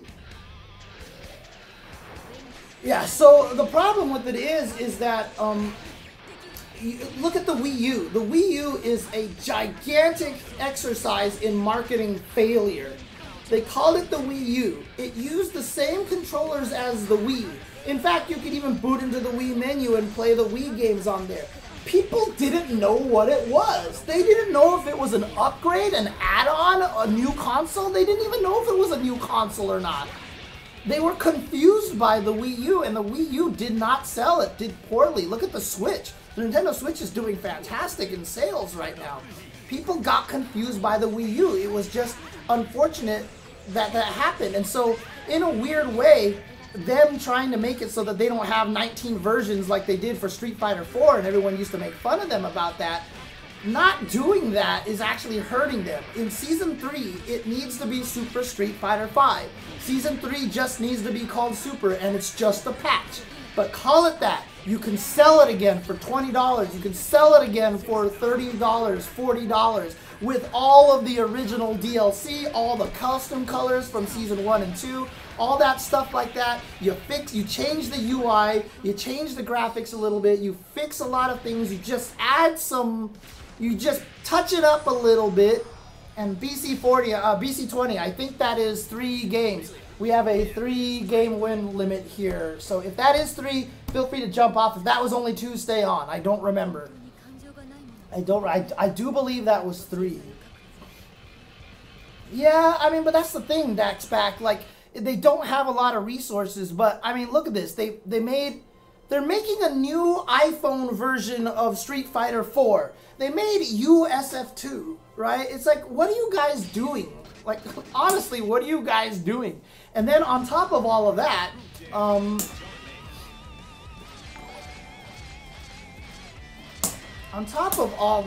like, I just feel like a lot of those other small things are small fixes, that they're not huge. And yes, as a person who has never made a video game his entire life, I'm probably underselling a lot of it. But still, like, people on the PC have already changed the lighting and angle of Ken's face, and without changing the model, it looks better already. Like, that's just what they do. Oh, 6 feet. Ow. Oops, I wasn't thinking about bandits.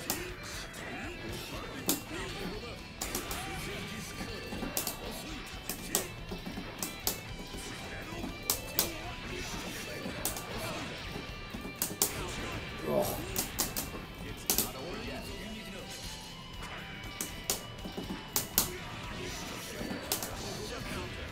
Nice. YRC.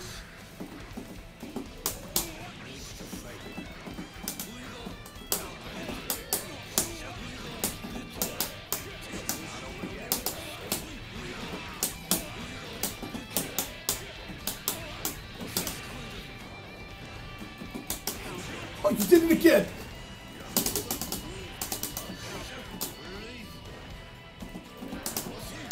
Oh no!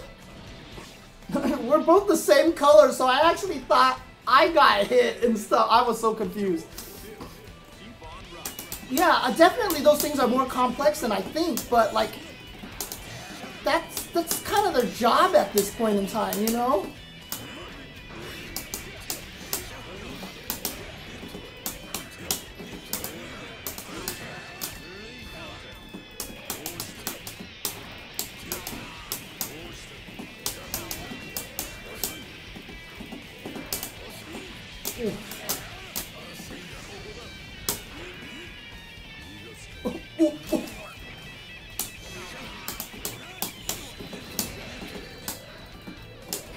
Oh, he turned around.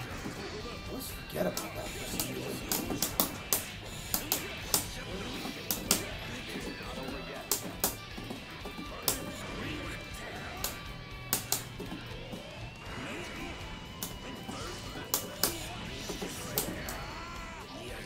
Oops. Oops, oops, oops, oops. I don't have Tekken yet. I'm waiting till tomorrow on its official release date to get it, so I haven't played it yet. Coin 2S after Zwei. Oh, yeah. For higher levels. Yes, yes. I never remember to do that.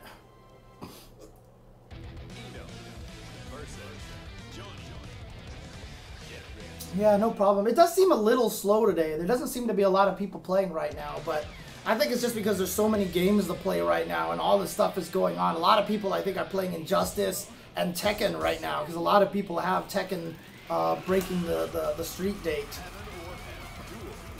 Love all the new camera angle intros. Oh, yeah, yeah.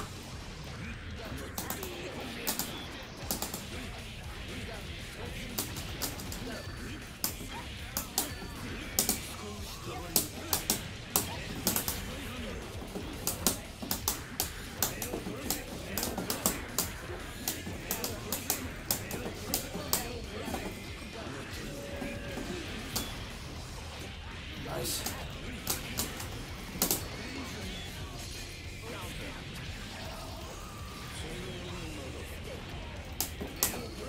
Oh, God. Okay, we can both do wake up super. Nice flip timing.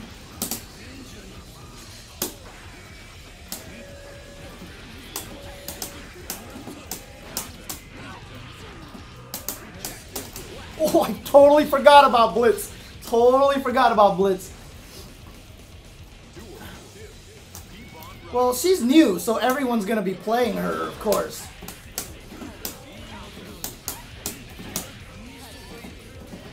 Oof. Oh, nice.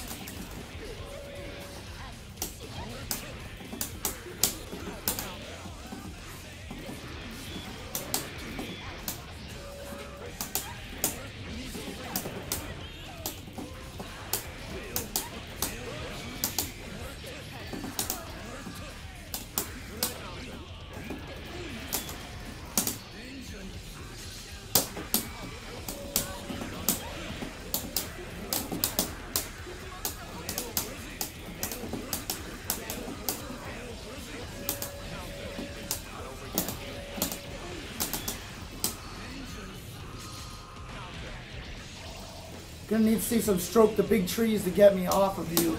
Basically, stroke the big tree is gonna beat that. Stroke the big tree, low profile is my super.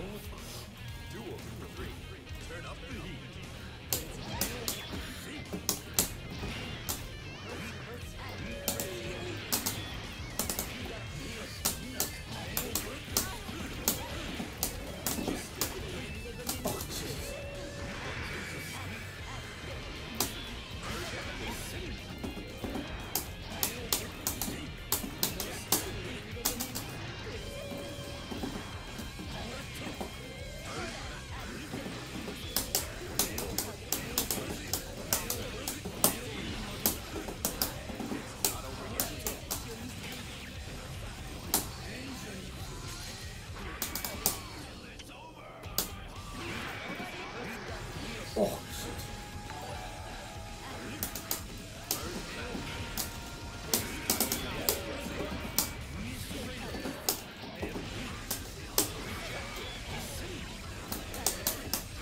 Oh my god.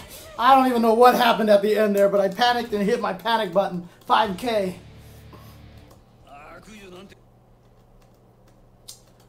Biking is new. It's just like everybody after the patch was playing Ed, right? Everyone's playing Ed right now because everyone wants to learn the new character, and that's basically what is going on right now. So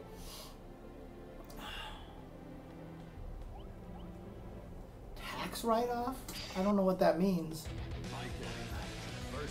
Yeah, dude, Hanser is the funniest damn character ever, dude. I love that character. The character's so damn funny.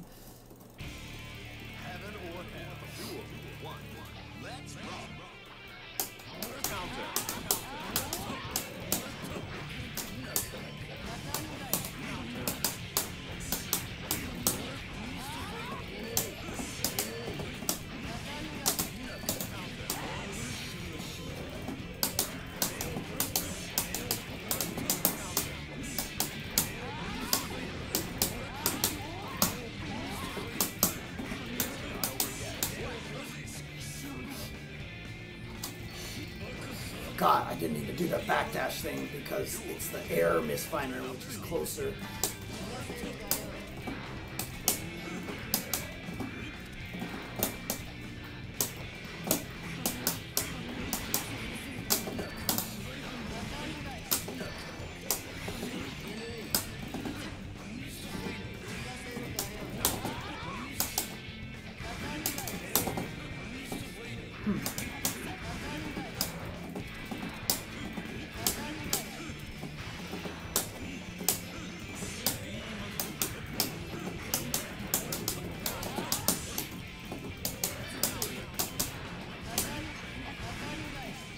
Oh shoot.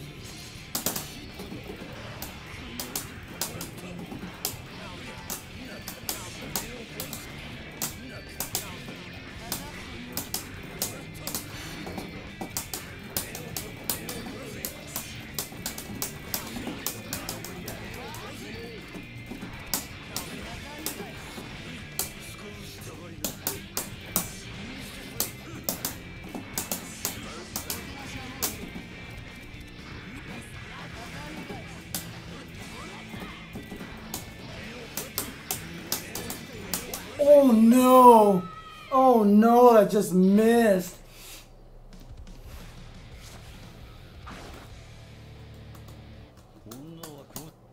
Dude, so last Monday I played a bunch of Rev 2 with, what was it, Sanchez, Choy Sauce, and Fadugli before I left to Paris, and they just kicked my ass.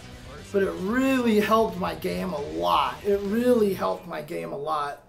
It's crazy how much playing offline with people really does make a lot of difference, but that's not saying online can't make you a good player, because Wolfchrome, Punk, you know, a bunch of those guys got super good from playing online only. So online, Smug was another player that got really good by playing online a lot, so, you know, don't knock the online stuff, but for me, I'm old school. I think it's just my mindset that I have trouble learning online necessarily. Okay, Dax back. While chat is moving slow enough for you to read this, big shout out to you, man. Oh, sorry, I didn't know this was a call, but I thought it was a question. Thank you. Your passion for the FGC is unheralded, and I remember UltraChen being the first commenting duo I saw in a Street Fighter tournament Twitch stream like back in 2011, and I've been a fighting game player ever since. Yeah, no problem, man. I really appreciate that. Look, the one key to me continuing doing this fighting game stuff, and now it's my actual job because I got laid off last year, so this is my actual job now. The thing that makes me keep doing this year after year, I've been playing fighting games since 1992 in Street Fighter 2. The only thing that keeps me going with this is the fact that I just love fighting games, and it's so hard for me to actually, like, I can't get tired of it. Like, and you know, that's kind of the key too for a lot of people that I talk to who always say, like, I want to get into fighting games, I want to start helping fighting games with tournament organization and stuff like that. Honestly, the key is that you gotta make sure that you have fun, especially as a commentator. If you're commentating and you're not having fun, oh, it's so obvious. It's so obvious to everybody in the chat watching that you're not having fun. And so basically, you know, when I get surprised by things and someone's like, God, that's so common, James. Why are you surprised by that?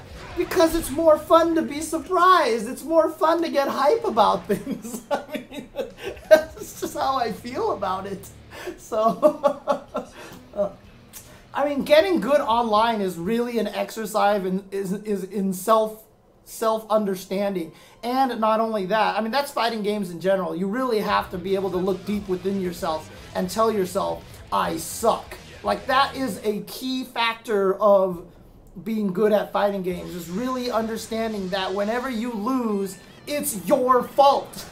That is probably the hardest thing about learning fighting games. It's your fault that you lost because the other person won and they did something right. They weren't cheap. They didn't do anything that you can't do in the game as well. They're not abusing a move. They beat you because they're better than you. And that's the hardest part about fighting games. That is probably the thing that makes learning fighting games the hardest. Is that when you lose, you have to accept that you lose because you suck, right? Before it was Street Fighter 4 sucked, Backdash sucked, Uppercut FADC sucked, right? And Invincible Backdash sucked, Option Select sucked, Set Play sucked. Boy, when Street Fighter comes out and Street Fighter 5 comes out and all of that is gone, I'm gonna be the best, right? Street Fighter 5 comes out, all that stuff is gone, this game sucks, there's no defensive options, you can't do anything, blah blah blah blah blah blah blah blah blah blah blah. Like, everyone wants to blame the game. Everyone wants to blame the game, but like, you can't do that. Like, you cannot blame the game. You have to blame yourself. And that's just something that you have to understand, and it's one of the hardest things to understand. That's why, like, I got mad at that guy who said that Hungry Box, like, is playing like a douchebag or whatever he said. It was like, I was just like, come on, dude, like, if you're hating the way a person is playing the game, you can never hate the player, you have to hate the game. Because the game is what lets the player do that. If the game is what lets the player do that, you just got to accept it and hold that, you know, that's basically what it is, so... we have no idea who's commentating EVO this year. It's way too early to know. It's way too early to know, so... I mean, I hope they do a lot of those assignments there. Virtual On, huh? Dang! Virtual On was tough, dude. That game was hard.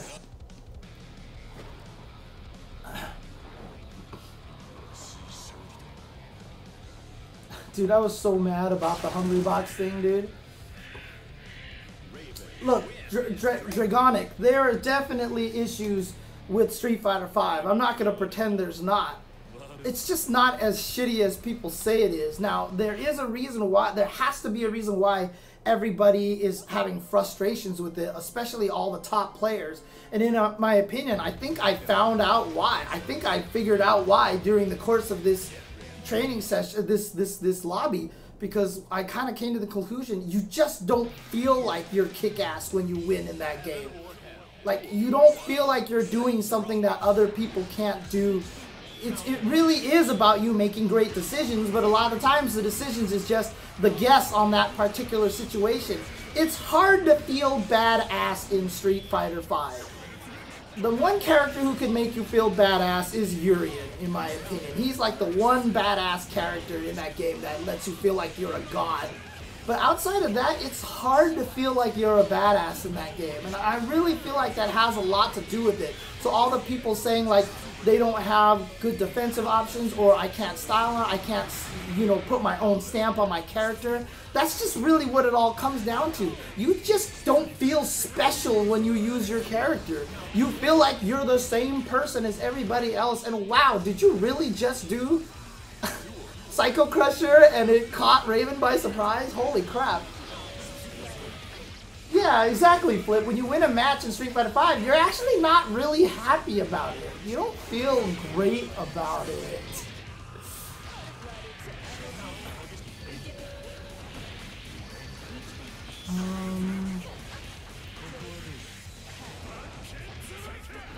Oh, you're talking about Guilty Gear players. Yeah, Ursus Lvovich, Hawken Soul, Ogawa Zato, Samito Chip, Fab Potemkin, Nage Faust is another one that you're going to want to look at. There's so many.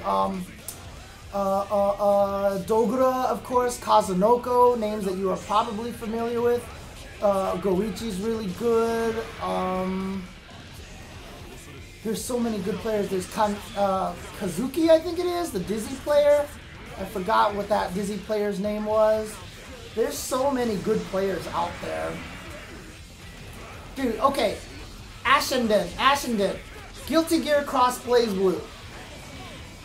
I disagree with that. I do not want a Guilty Gear Cross Blaze Blue. You know why I do not want a Guilty Gear Cross Blaze Blue? Because I want them to save that shit for Arxis versus Capcom, when they put Guilty Gear, Blaze Blue, Darkstalkers, and Rival Schools into the same game. You just take all four of those franchises and create a new versus game and have them go at it. That is the game that we all want. That is the game that needs to be made, like right now, like today. Like Arxis needs to helm this with this style graphics here for Xrd, and they need to make that game, and that game would be so fucking awesome, dude. That would be the shit. I would be so happy about that. Like, you do not even know. When there was a rumor of Arxis versus Capcom a long time ago, like, I shit myself, and it didn't actually happen, and that made me sad, but man, that would be so sick. That would be so sick. Oh man, that'd be so sick. Cell shaded, well, yeah, cell shaded. It would need to be this. These are 3D models. but they're cell shaded in a way, right? I mean, this is 3D. This game is in 3D, in case you didn't know. But yeah, like, yeah, exactly. I can't see your name because it's such a bright color. Exactly. Oxbox Rocks. Okay, I'm so glad I highlighted your name. Oxbox Rocks. I like it. But yeah, it's the same. It's the same. So, how would swords work in a Capcom crossover? You wouldn't have to worry about it because Darkstalker characters are broken. I mean, like, Victor punches you from across the screen, right? He doesn't need a sword. He doesn't care. Rival School characters would probably get bodied the most. So maybe not Rival School characters necessarily, but I'm sure you can find some franchise. Star Gladiators. Put in Star Gladiators in there or something like that, so. Yeah, I actually don't use the dark Twitch. I use the bright one, so. Oh, okay, the EC lobby is out. Okay, good to note. Thanks for the update there.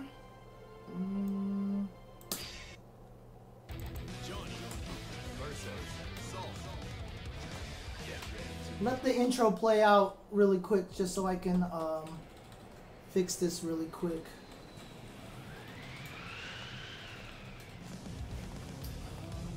Alright, okay, I'm good. Let's do this. Let's do this. Heaven or hell, duel 1. Let's rock.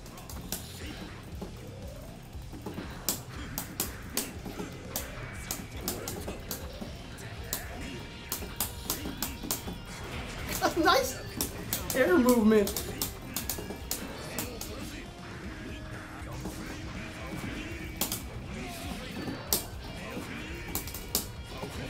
Oh God.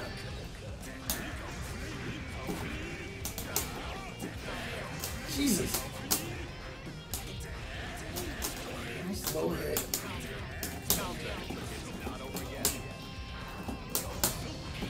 Nice.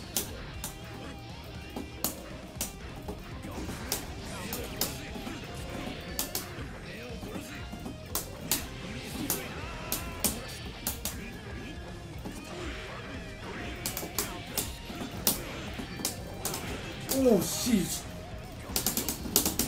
Ah, you ruined my super code. You ruined my super code. I couldn't do Wake Up Super anymore. Turn up the heat.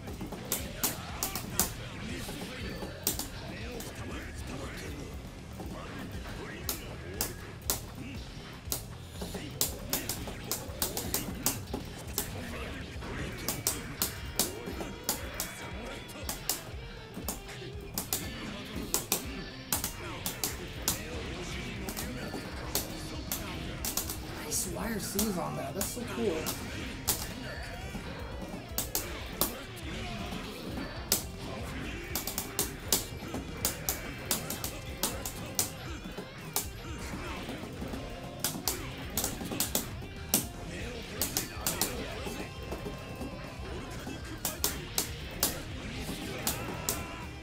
Ah.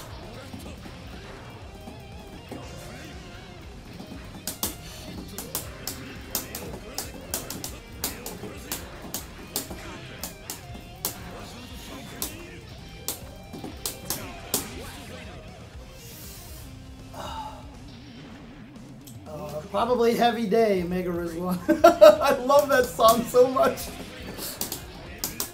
Oh, that hit me.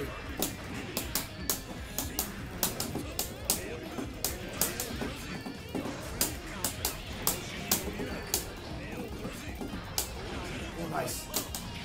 Yeah, there you go. Yeah, beautiful on that counter hit. That was great.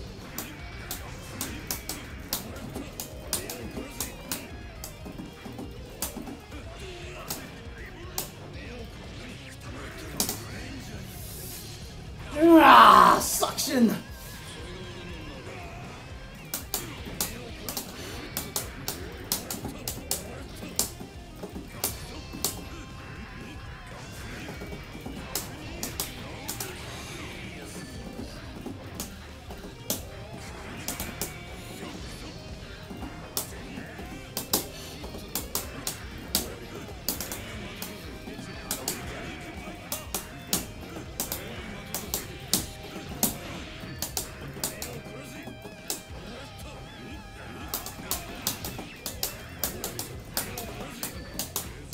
Oof.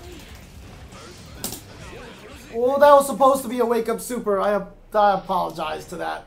That was me scrubbing it up.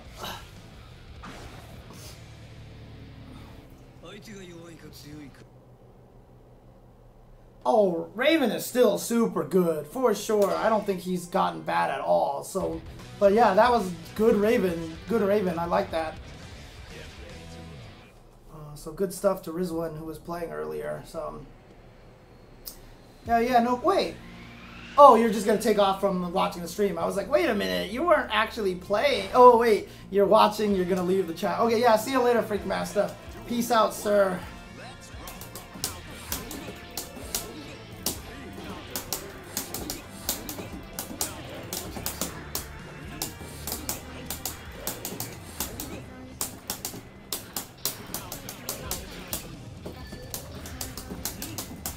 Whoops.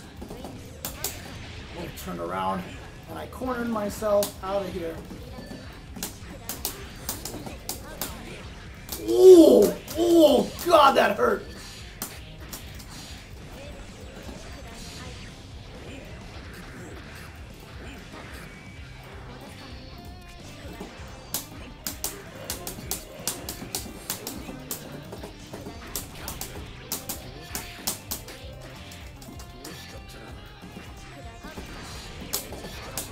Oh, nice interrupt.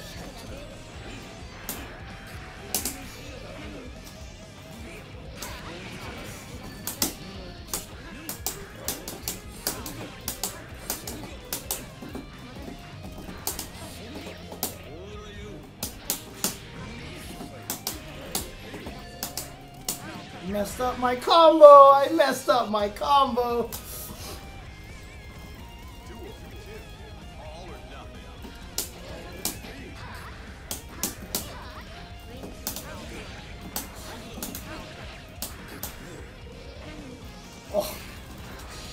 Oh, nice.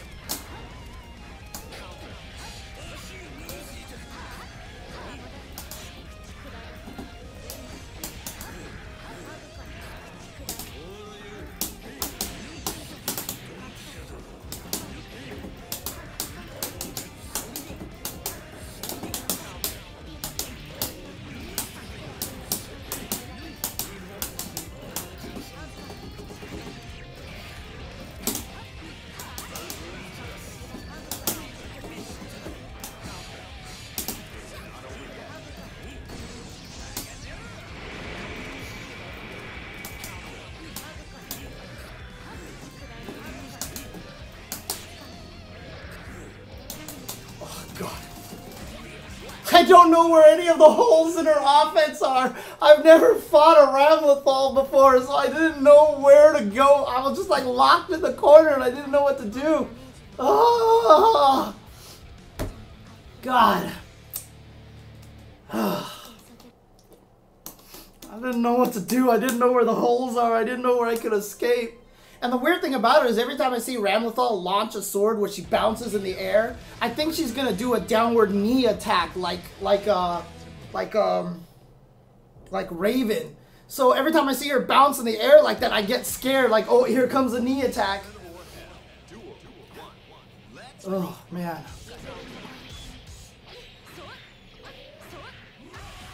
Yeah, I just don't know the character enough to know where the holes are.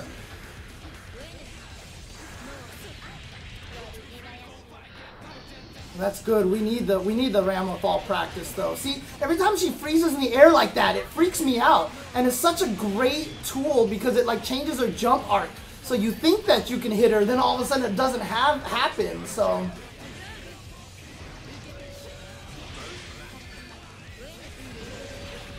see, dude, it's causing so many problems. That weird bounce in the air. The change of the jump arc is just enough to throw everybody off. Nice wake up button. Yeah, we basically have no Ramlethals here in SoCal. I saw you join the room, Crack Prawn, but I didn't see you haven't played yet, I don't think, right?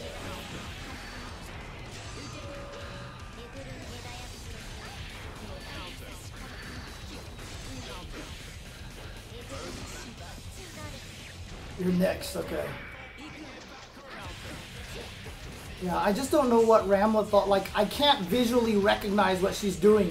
It's the same problem I have against Bedman. I just don't visually recognize what's happening on the screen, so I don't know where I'm supposed to, like, avoid things or how to avoid things. These are things that I will learn in time. I will get good at in time. Oh boy, nice, nice! Oh yes, let's go! Wall slam, here comes the reset, yep. Knockdown, wake up super, that should work to kill the sword at least, but unfortunately was blocked. Oh god, the sword is still there, you gotta hit them. So you can hit her little friends while they're in the air. So when you burst her across the screen, your goal is to try to hit those things before they attack. If they're not doing anything, yeah, you can't hit them, but they have a lot of recovery. And during their startup, you can hit them, which helps. What in the hell did she... Oh, the sword from across the screen. Jesus. Injustice isn't necessarily taking a bath. Yeah, see, you have the same problem, Oxbox Rocks, right? When I fight Bedman, I have no idea what the hell is going on. Injustice 2 is good. The problem with Injustice 2 is there's so many small things that just make it so unpresentable on stream. I really want people just to download a bunch of soundtracks and play that while Injustice is going on. Like, just better background music. And then I also really want them to institute a rule that if you're on stream, you cannot go to restart match. I want them to just up the brightness of the damn game when you have it on the stream station. It's just, as a viewer game, it's so hard to watch, but it's a fun game to play. But it has a lot of problems that Tekken used to have. Tekken used to be one of the worst games to watch. And like now you watch Tekken 7, you're like, oh my god, this game is so hype. Why is this game so hype? One, KOs are impactful now. Boom, KO! Or the slow motion KO is ridiculous. The game is beautiful.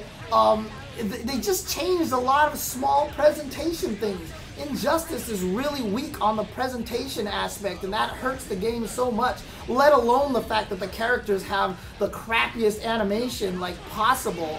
Like, there's just a lot of little issues in that game needs to solve, and then it could be really, really good, in my opinion. The zoning isn't even a big problem. That's just one aspect of the game, and that's fine. Like, I can watch Super Turbo and Super Turbo's super hype, and you can die to old Sagat and Dulcim all day from a screen away. They're just gonna be tiger, tiger, tiger, tiger, tiger, tiger, tiger, tiger, and you'll be dead. But, like, somehow it's still hype, right? Because the presentation works a lot in this game. Tekken 7 has fixed so many, because you remember how it used to end? Their KOs used to be the replay KO.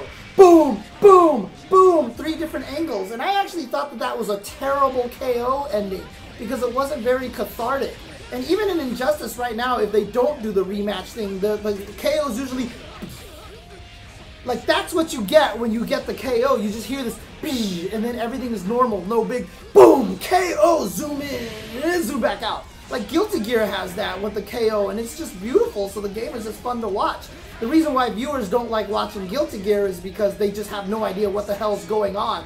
The information on the screen is meaningless to them half the time because they don't get the game. So when they see swords everywhere from Ramlethal, they're just like, I don't even know what the hell's going on. So that's the weakness of Guilty Gear from a viewer's standpoint. And it's just, it's so interesting. Like, I even gave a talk about this at, the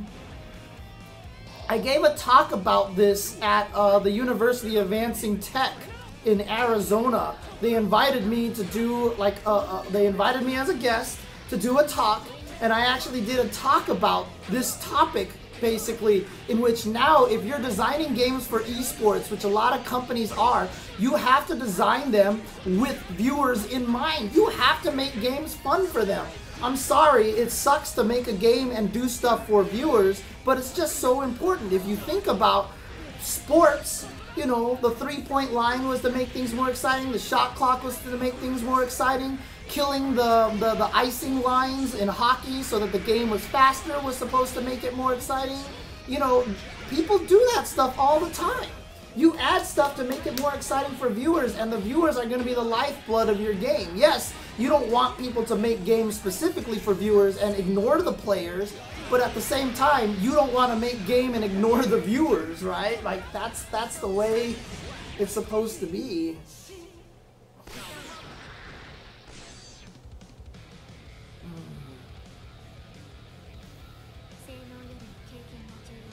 Are full of cami air throws. Oh god. Well, the thing about it is, the animations, Blue Shell, for Injustice, there was actually a great video out there that really explained it really well. I just don't feel like no one's studied the martial arts aspect, and no one's making people fight like how they should be fighting. Everyone just does punchy kick. Like when I saw the Red Hood trailer and all he was doing was just jumping around shooting guns, I couldn't get hype. I couldn't get hype. But like when you watch like Iron Fist and Doctor Strange and Doctor Doom, and you watch Spider-Man and you watch Wolverine and Marvel, they all, X-23, even X-23 and Wolverine, even though they're the same concept, they're a rage-filled human with claws, they still feel very different from each other from their basic moveset. Like, everything that X-23 does was like 2 hits and very swipey and very acrobatic, whereas Wolverine is just like raw power. It's like, rah, rah, you know, kind of stuff like that.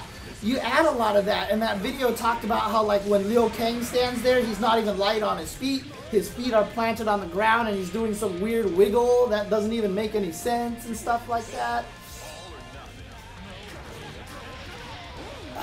Yeah, Super Kevin too, there's definitely some aspects of that about Street Fighter V. Although there's also definitely some viewer unfriendly things that are going on in there. But did they actually make the net bigger in hockey? I didn't know about that actually, but they really tried to up the scoring, yeah, for sure. But like, there are so many things like in Injustice 2 animation, like honestly, like I would have loved it if Batman was more about counters. You know, like that's what Batman should have been when he's fighting. It should have been more about like counter kind of stuff, where it looks like he like blocks a punch and like grabs your arm and like tries to break your like stuff like that. Superman kind of works because his stiff animations work for him, but like Catwoman, like yes, she's sort of acrobatic, but a lot of her acrobatic stuff just look like boom boom launch into whip. Or I'm just gonna kick you low like this. Like she should have been very graceful. Same thing with Cheetah. She should have been savage. Like Cheetah should have just been like, rah! Like everything is just like extremely savage, you know? Or like, I don't know. It's just, it doesn't feel right. It doesn't feel right, you know? Like Harley Quinn's moves, like her combos should have been just about like pies and things like that in your face. And like, she shouldn't have been punchy. Like she should be more like gimmicky. Like, Harley Quinn is not a fighter. Harley Quinn is not a fighter. She's never been a fighter. Like, she's supposed to be the kind of character that Batman just runs up to and she's like, oh god, you know, kind of thing. Like, she's doomed, right? Like, she should be more gimmicky and stuff like that. So, I don't know. It's just like, I feel like they need to do more. Okay, so if that's Black Canary's thing, then Black Canary should have did that a lot more, you know? I don't know. It's just like, maybe, I don't know. It's just, there's something about it that the characters don't feel right to me. Like, it doesn't actually feel like that they're playing the way that they should be playing. Yeah, and a lot of that, too, also comes from how the characters reel when they're getting hit and stuff like that. But, like, they need a martial artist on their staff to just kind of demo what it feels like. And then that video even pointed out, like, when you get a lot of punches, you see a lot of people leaning over to punch. They lean over to punch like this, and their entire center of balance goes off, and then they snap back to standing straight up, which nobody does. That's not how you fight. You don't fight like this. You fight by moving your whole body into the punch, right? Instead of leaning into the punch and stuff. They just animating punches. They're not animating real like martial artsy kind of thing. So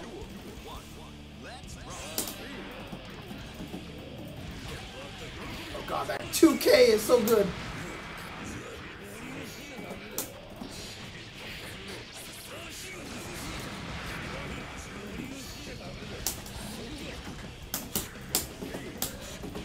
Oh.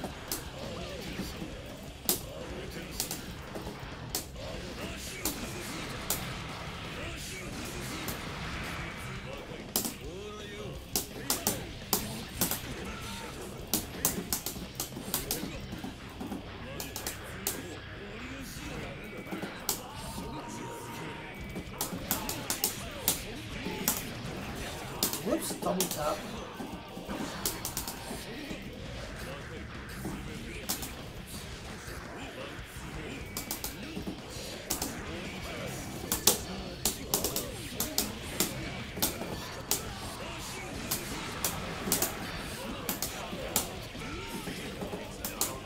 Oh, shoot.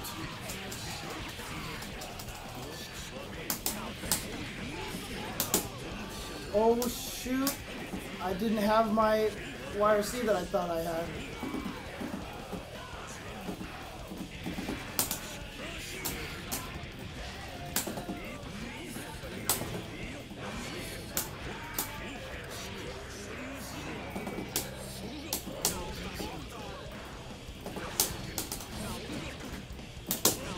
Ah, where's my YRC? It didn't come out in time.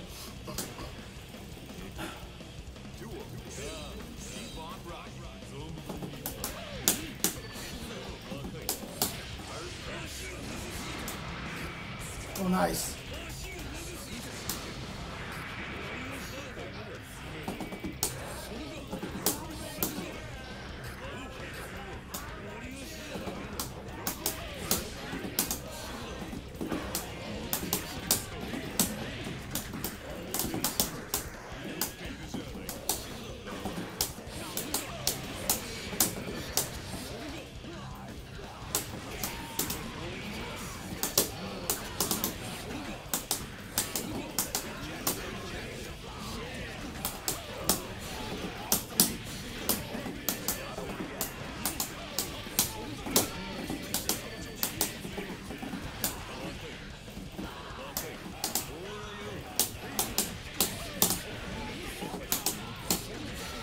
Oh God, please die.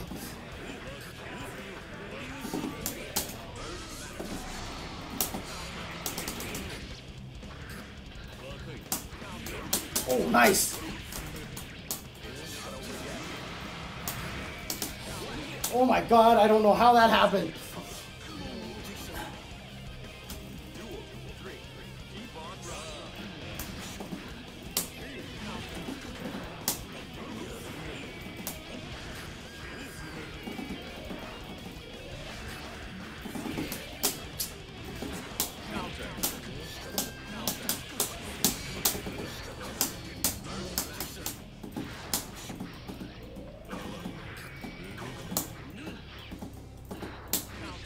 Nice.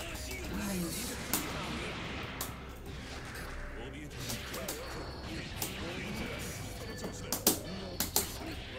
Oh, dang. It's too far.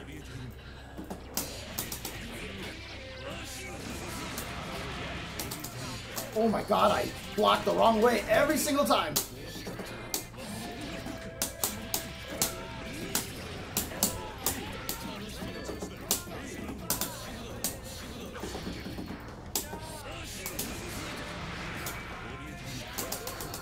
Oh God, every time I got him in the corner, he would just get away with the air dash. I couldn't keep him in the corner, so I wasn't cognizant of him escaping the corner.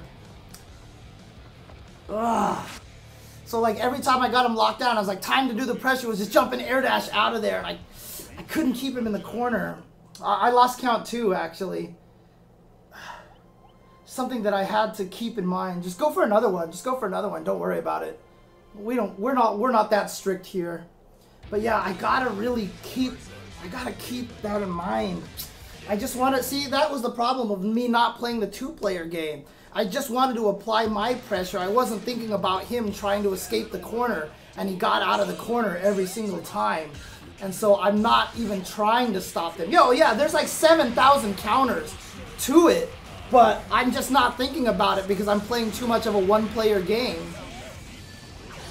I'm not actually thinking he's going to try to get out of the corner. And so it doesn't even matter if I can air throw him or whatever. I just didn't have any of those options in my brain. There was also something else that I really wanted to try and I couldn't get to work. I just want to see something. Something I was trying that I saw in a video. I was trying to implement it, but I couldn't get it to work.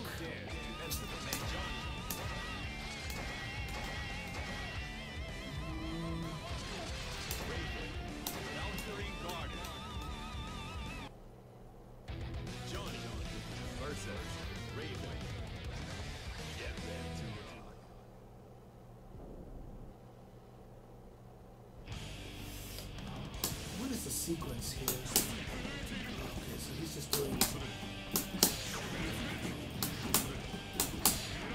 There it is, right there.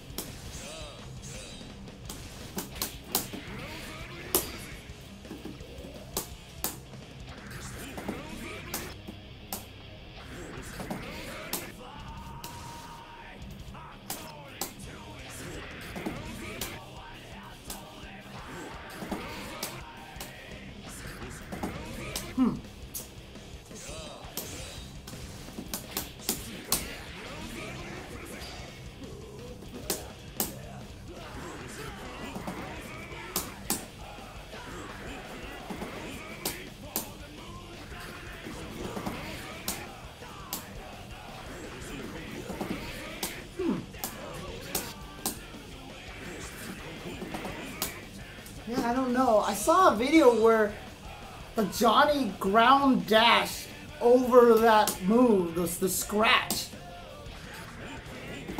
Like right there. Like that. He just like ground dashed over it.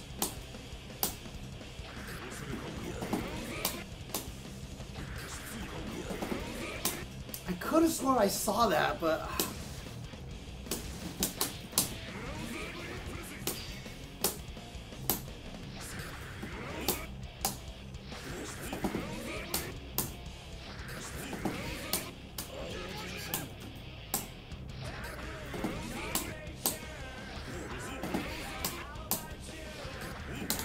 is not going to work for sure because ground dash has slight airborne, but I swear I saw a video where they did that, and when I saw that, like, my eyes lit up and I was like, oh shit, here we go, this is gonna be this great anti-Raven thing, but I guess it doesn't work. Huh. I don't know what it is. I don't know what it is.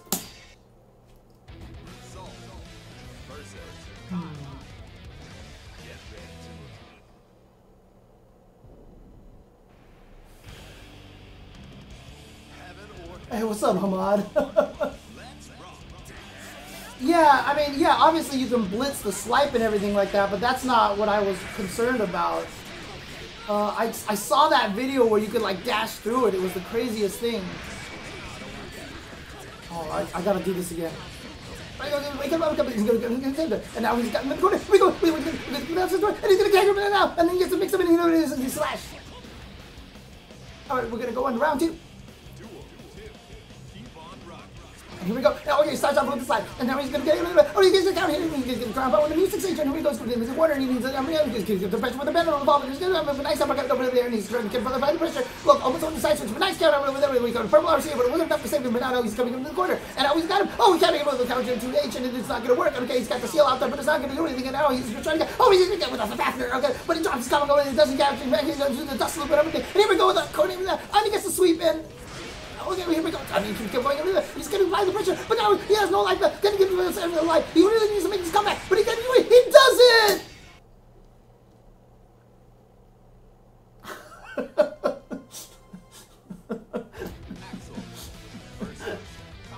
Oh, man. Oh, it's the best.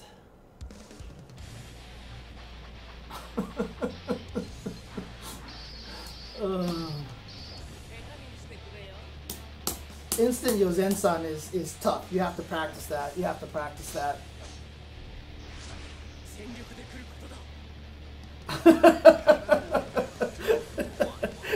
That'd be funny. Everyone's like, what are you doing? What are you talking about, James? Sounds perfectly normal to me. Oh, man. Alright.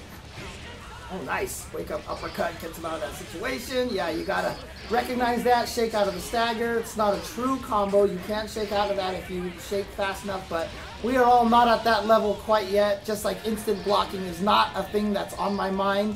Instant blocking is only something I do in training mode, but outside of that, I have absolute, oh no, a bad burst, but not punished. It's okay. Crackbon trying to get back in here. Gets the hit. Alright, tries to play a little bit of zoning game now. Oh my god, that clipped him on the...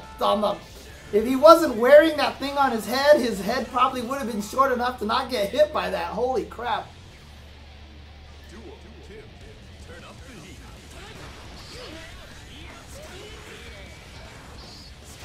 Oh, nice.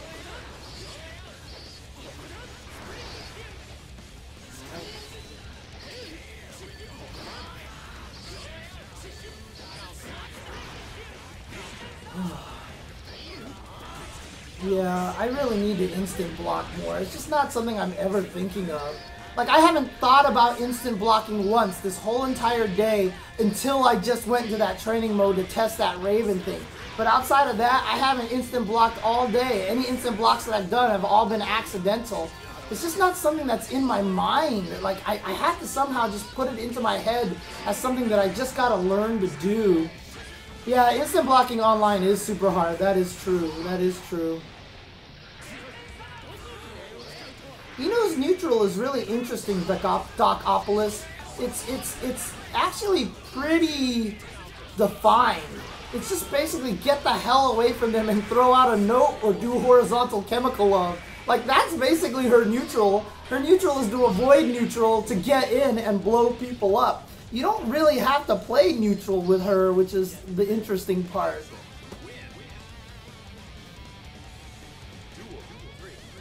Instant blocking has a lot of leeway. It's not super exact, so it's not like frame perfect or anything like that. It's definitely a pretty decent window for you to do it, but it's still just hard online because you're just not sure exactly what's happening a lot of the times. Like, I can't even get the bike and double air dash combos online so far. I haven't been able to get that at all today.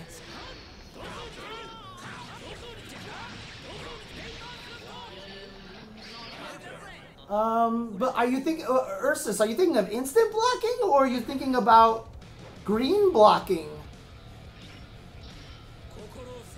But to be honest with you, I have never I didn't play a lot of Third Strike, so I'm not much of a parry person. In fact, I've always hated parrying. So I never really learned it. I was never actually a fan of the Third Strike series or the Street Fighter 3 series. I was always kind of anti-Street Fighter 3 because I hated parries. I haven't done the Biken trials yet. I wanted to stream myself doing all the trials, so. Well, I mean, in Street Fighter 3, if you parried, you killed them. So it is a lower reward in essence.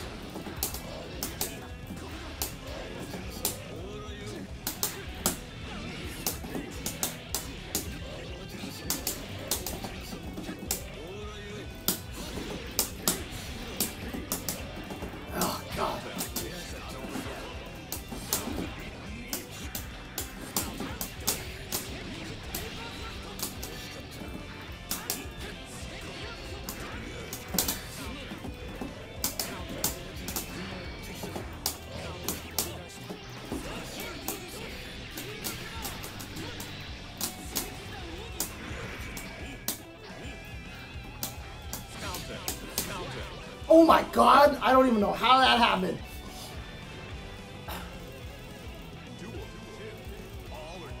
Dude, Biken's design is the best. Are you kidding?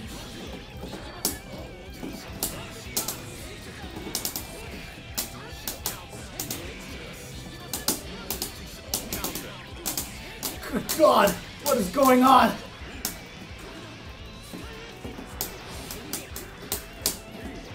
Oh, nice, okay.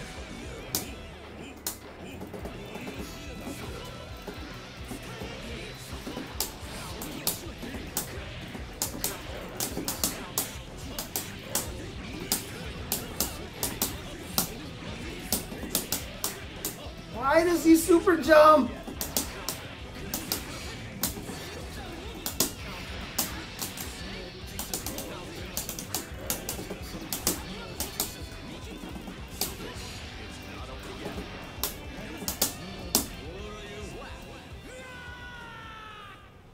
Oh, I always get that super jump when I don't want to on those combos. I dash forward and jump up and I accidentally super jump. Bike is walk animation. Oh.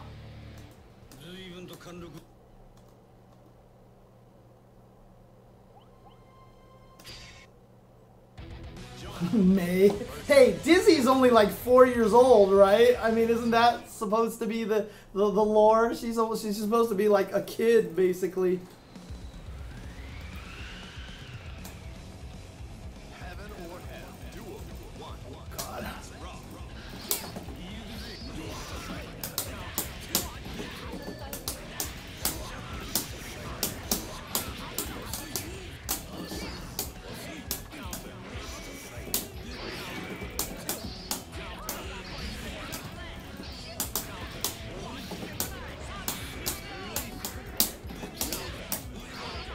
What the hell? Really? Oh no.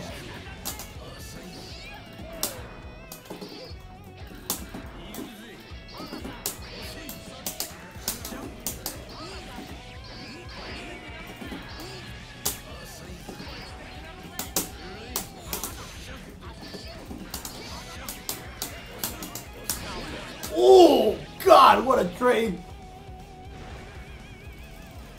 Duel 2. Keep on rocking.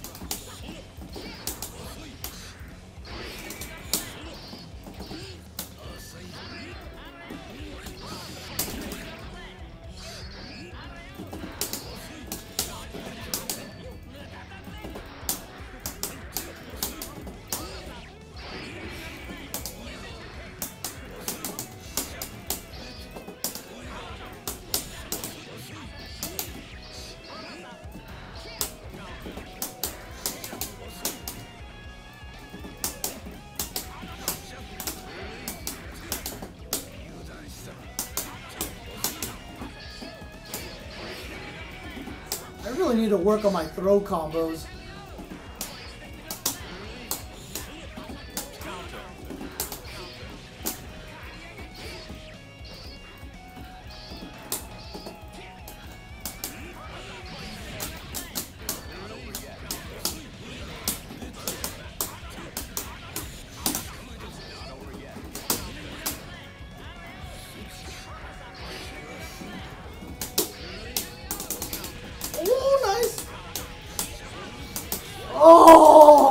Oh God, that sucked. Oh, but I mean, what were you gonna do? You had to burst. You had to burst in that situation because otherwise the combo would have killed. So yeah, really, really tough situation to be in there. Okay, I think that's 2 for me. So I think I got 1 more. Yeah, Soul is supposed to be like hundreds of years old. Who knows what the hell is going on in that game, dude? That story is so whack in this game. It's great, but it's so whack. Japan, like anyone that was born in Japan basically is like ridiculously superhuman now. That's why May, even though she's like this 22-year-old little girl, can carry a giant anchor. So pretty much everyone born in Japan somehow became like superhuman, and like they're very rare now. Like basically most of the Japanese people can't live past a certain age and they die or something like that. So it's really hard to find those guys. Heaven or hell. Duel 1. Let's rock.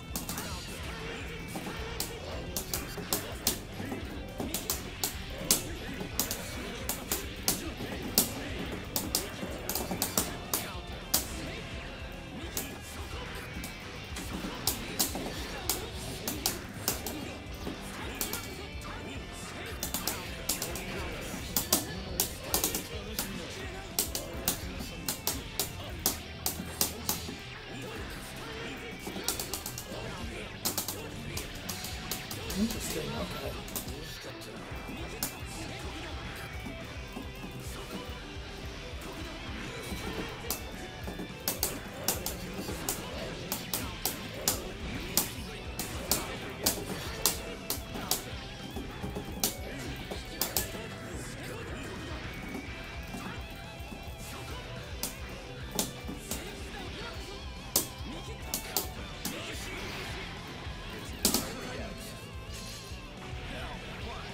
Hellfire.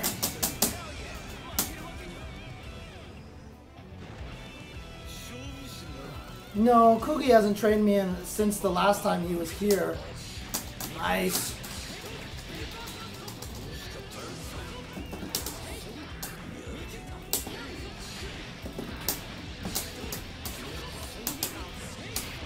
God, Kai's.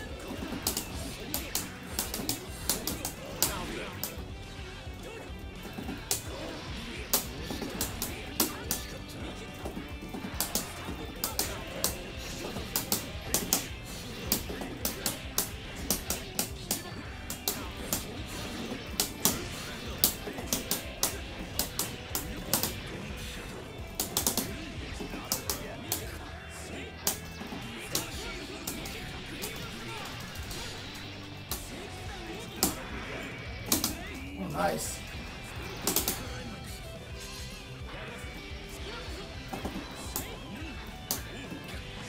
Oh god, that jump kick from Kai is so annoying.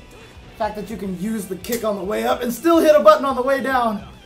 It's like best button in the game, basically.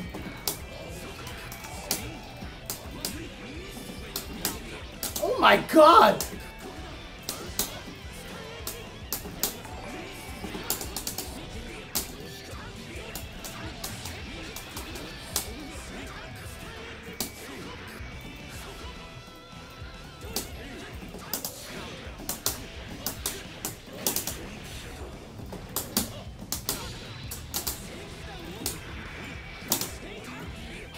That was weird.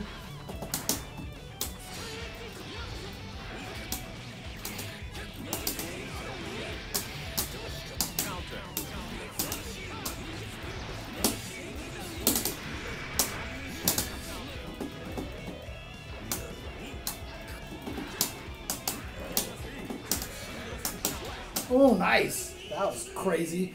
Point blank slide.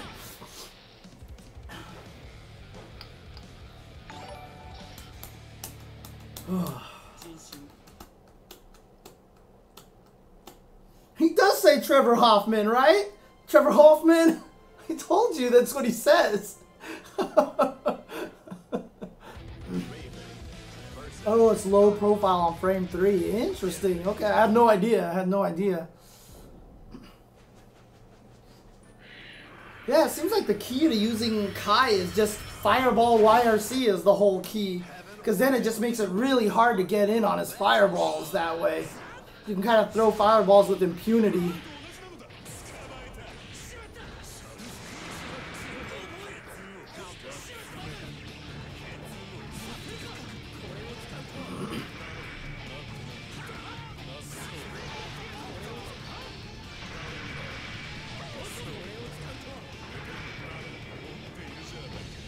Oh, dang, really?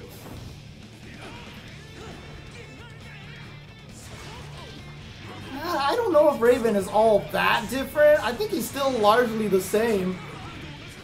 And now that he actually builds up his anger meter a little, his excitement meter faster, I think that just makes his command throws that much scarier now.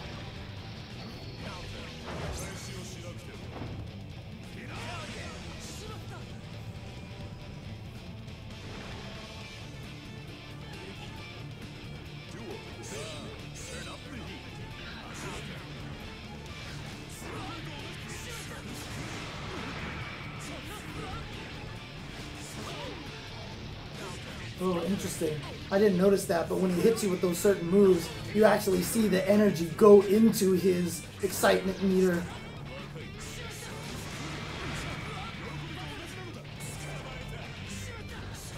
Yeah, that's interesting. I actually didn't notice that until just now. I saw a particle flying and I was like, what is that particle flying? Oh, little sparks fly into his excitement meter.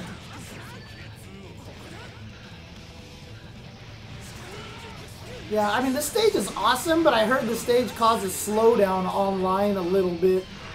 But I just don't understand how stages cause slowdown. Like, all the processing for the stage should be happening on the local game instead of on the, in the actual online.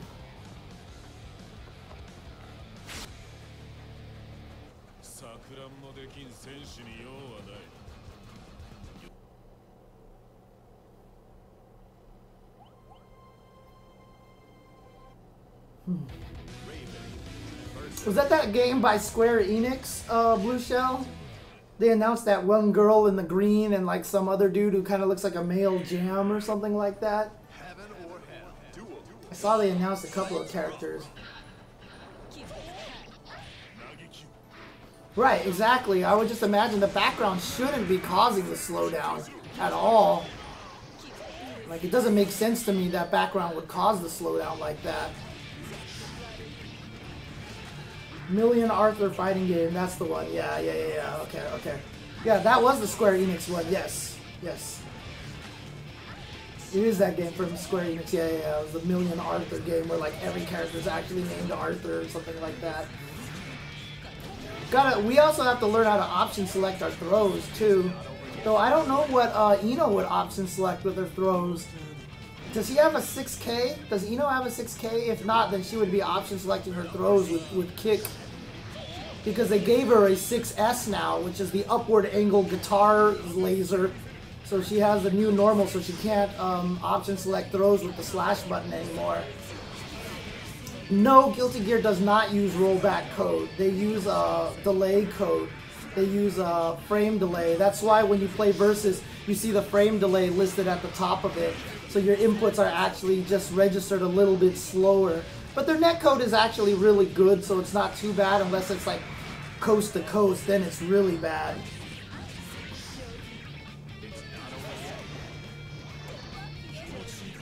I know, the Final Fantasy VII Remake. I mean, I'm gonna be that guy, I'm gonna be that hipster, but like, is anyone really all that excited about the Final Fantasy VII Remake? I mean, really? Like, I feel like Sony almost kind of forced them to do it. They're like, you're making this game so everyone will buy a PS4. We're gonna fund Shenmue. We're gonna make a new Kingdom Hearts. We're gonna do all these things. We're gonna create the last, whatever that Shadow of Colossus, the last Guardian or whatever. Oh, which reminds me, I haven't played that yet. I own it, but I haven't played it yet. I need to stream myself playing that game. How long is The Last Guardian as a game in total hours? Do people know? I'll look it up on howlongtobeat.com. It's actually a very useful site. Howlongtobeat.com.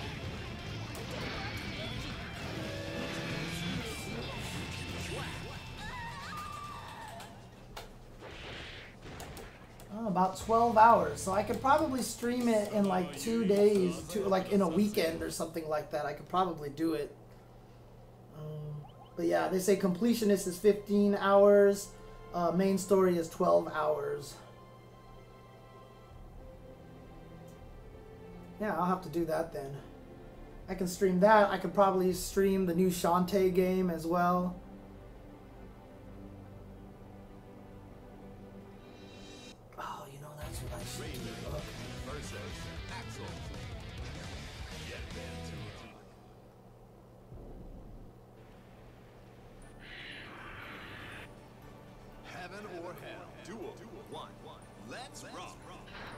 Oh my god, really? That is a crazy call out, Rid One.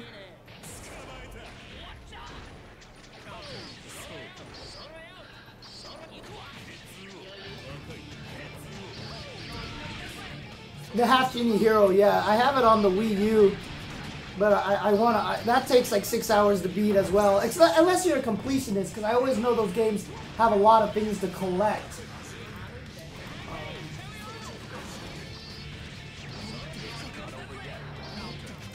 Actually, they say completionist is only 7.5 hours, so I guess it's not much. So I could probably stream both of those in like 3 days or something like that. I should do that. I should do that.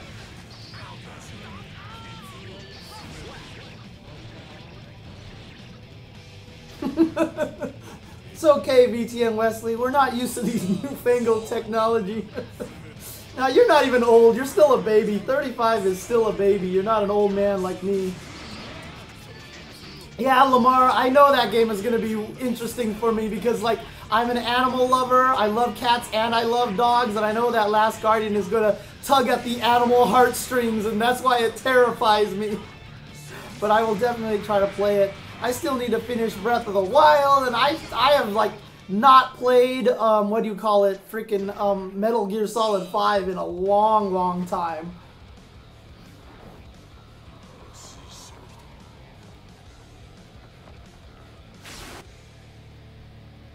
Ugh, dropping inputs is the worst.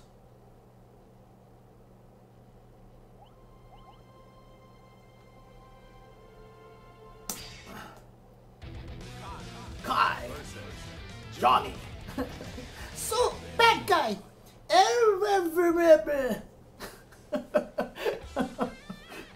I need to get the Maze System voice just so I can get mispronunciations of that.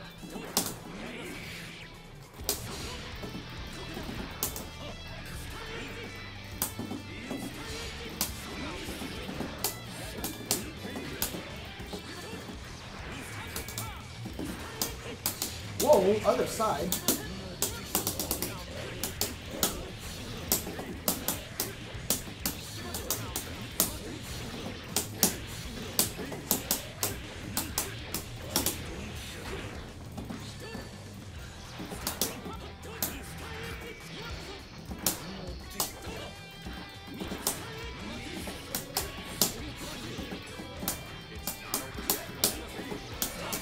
Nice.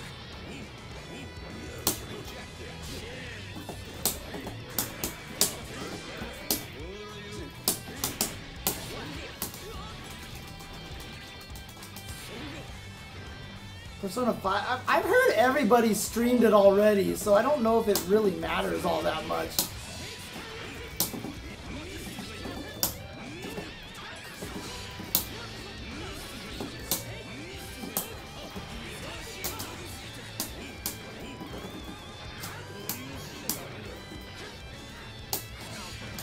Man, there's just no way to bait that anti-air out.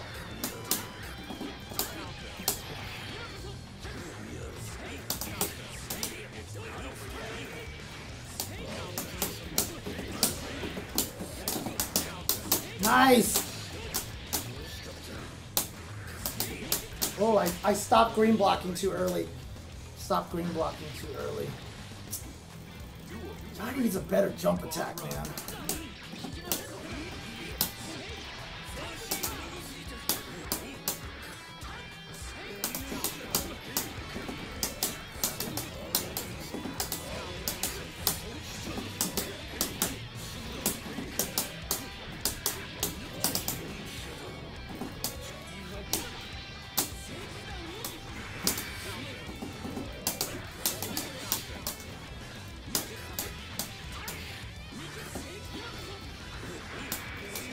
Cool.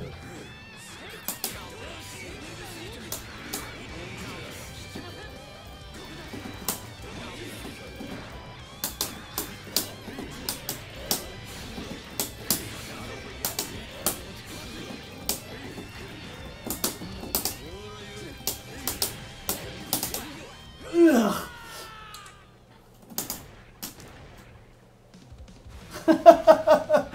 Shut up, Super Kevin Z. I don't want to hear it. Johnny needs to be broken, okay? He suffered enough in XX. He suffered enough.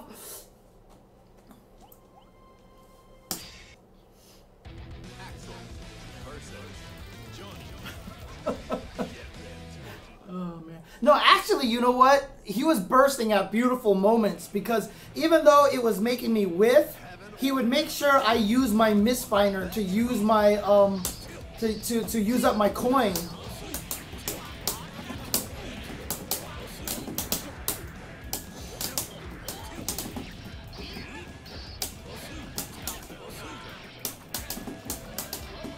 Trevor Hoffman.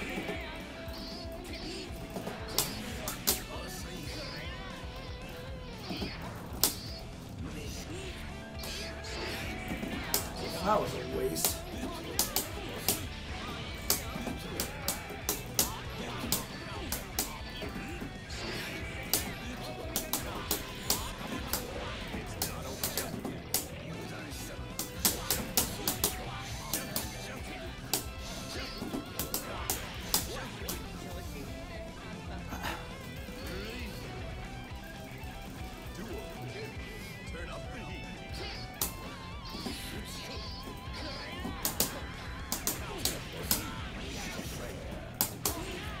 God.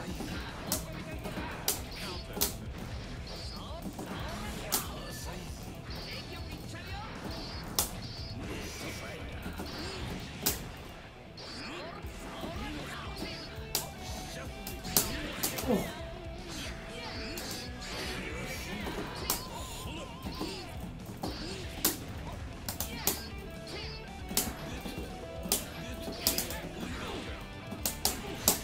That was crazy.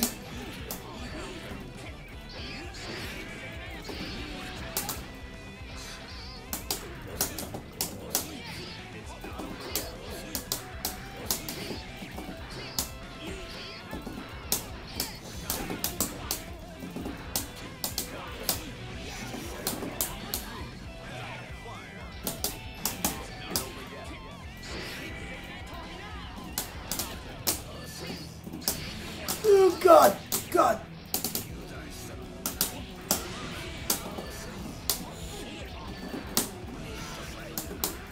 What happened? Oh, nice.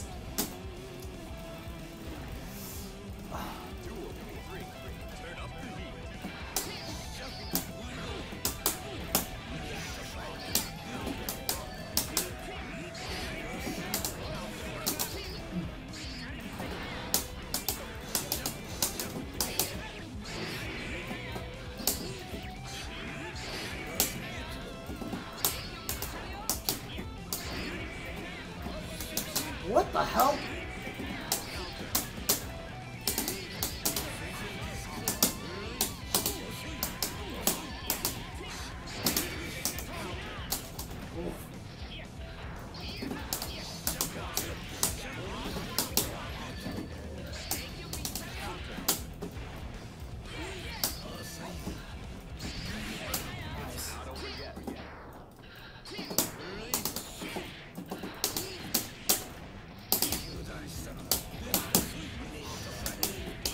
I guess that combo didn't work.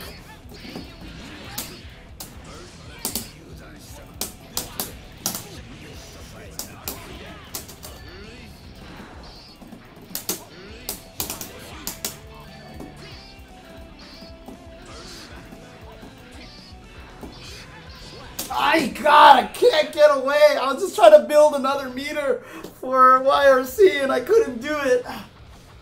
Oh man, I hate this fight. That's so hard. Ugh.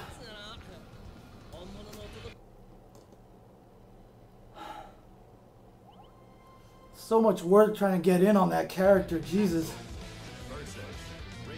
I don't know what our answer is yet. I don't know enough about Answer to really know about that character, to be honest with you. I don't know enough about Answer.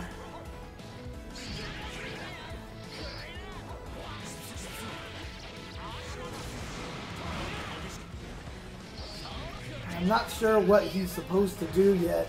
Not sure if he's like a rush down or a mix up, but I think he's got to be a very heavy setup character. So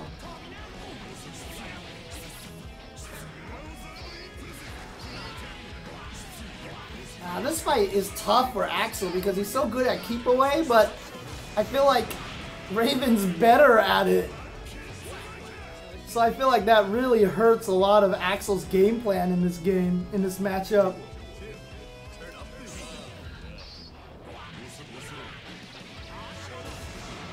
And he can get in well.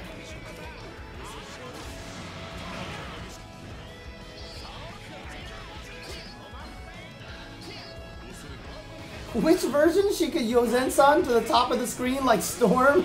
She could actually time people out like that? That's so funny. That's so funny. Dude, I wasn't Guilty Gear 1 because Baiken wasn't in Guilty Gear 1. It was GGX that she came out. Guilty Gear 1, Baiken did not exist yet, so.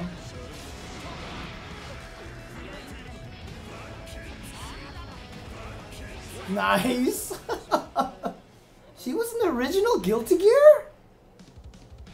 She was a secret character? Oh, maybe I just never knew, actually. I don't think I ever knew. But Guilty Gear 1 was so broken anyway. That game had the ability to cancel. Like, you basically had a you had a meterless Roman cancel in that game. You could just cancel pretty much everything with Roman cancels, basically. Yeah, I didn't know she was in the original Guilty Gear.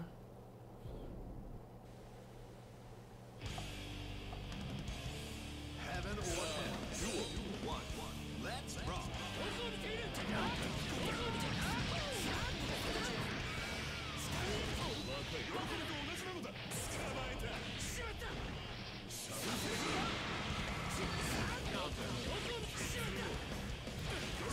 You thought Kenshin was a female, huh? Okay.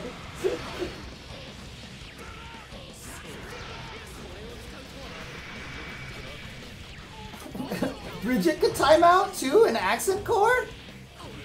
I didn't even know about that.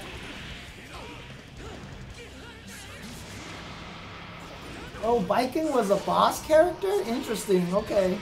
Kind of like how Ino was a boss character in one of the in the XX series, right?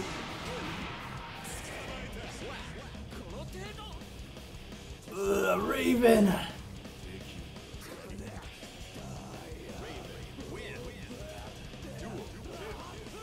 Right, yeah. I mean, I don't know if that's... Oh, in Guilty Gear 1 with the running stuff. Right.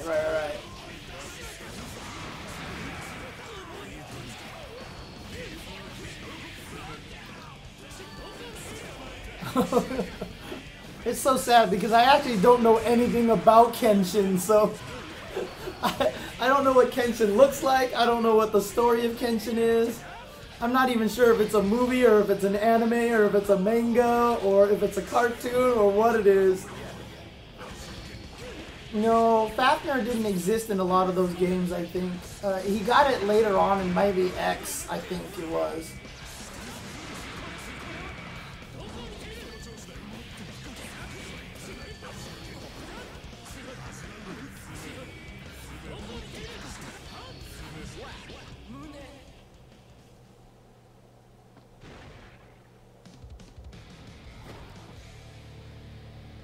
I didn't play the original Guilty Gear all that seriously with the just defend instant kills and all that stuff like that. It was all really kind of silly.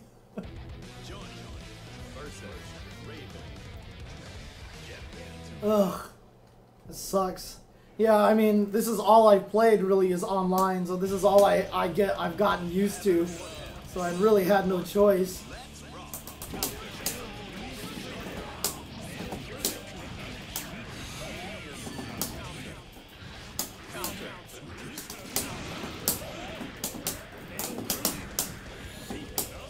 Oh, nice.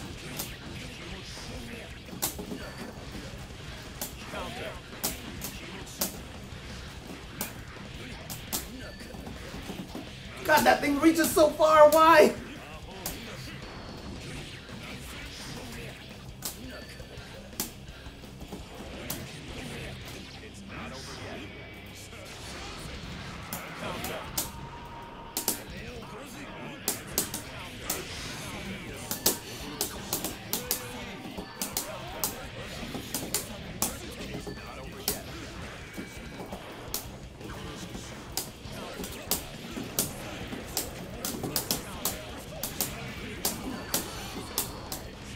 I couldn't make it over the fireball. Ah!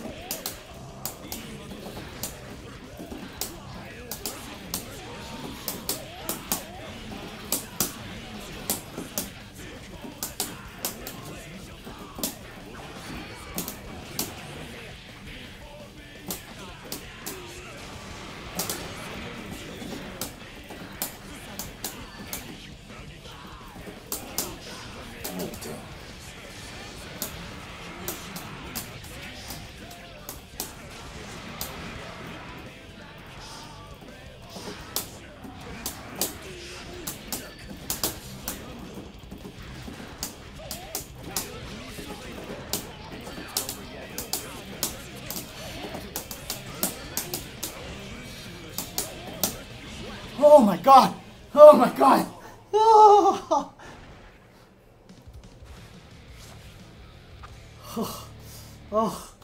Oh. But see, that time, like, that last round, when I got him into the corner, I was like, okay, he's gonna try to escape the corner. So I stood back a little bit and tried to read that, even though it didn't quite work out, but still, it's just that awareness that makes it that much better.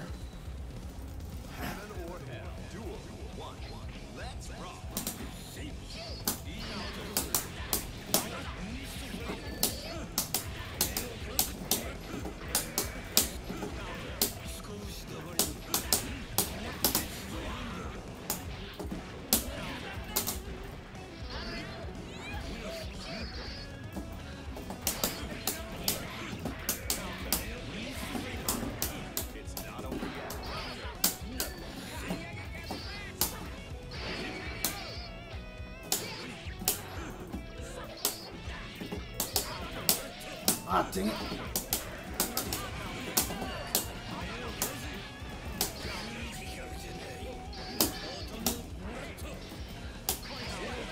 Oh. Yeah, a lot of people do Mega Riz 1. A lot of people do. In fact, most people 6P can beat it.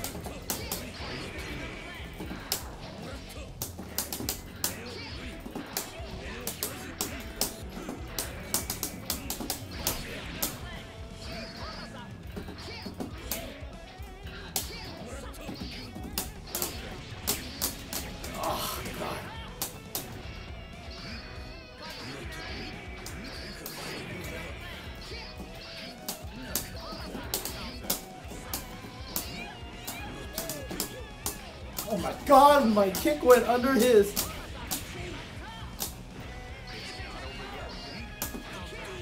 Oh, it did it again. God, his kick goes under my 5K. Ah.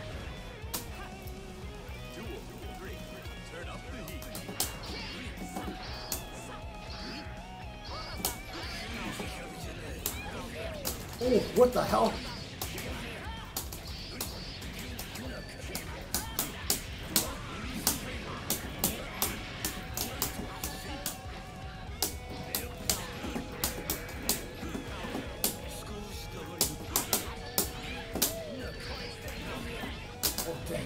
Oh, whoa, that's a combo, huh?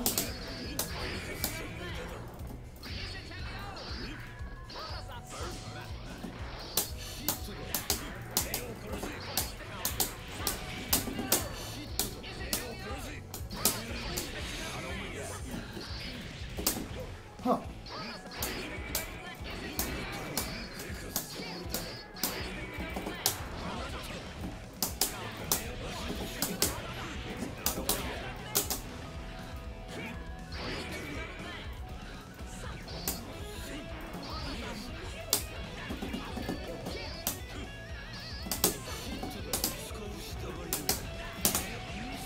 No, that was not what I should have done. God, why am I so bad at throw combos? I had to practice my throw combos. I'm so terrible at that. Oh. I thought she was actually significantly better in this game. Was that 3 or was that 3 or was that 2? I think that was 2. I think that was 2. But it's mine. It's my freaking lobby, so I can do whatever the hell I want.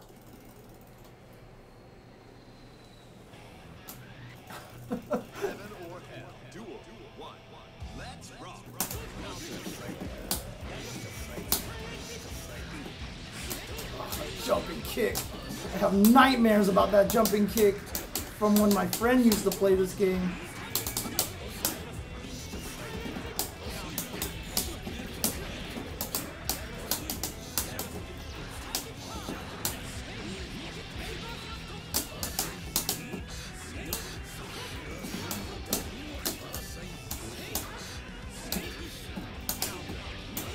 God, I hate that jumping kick.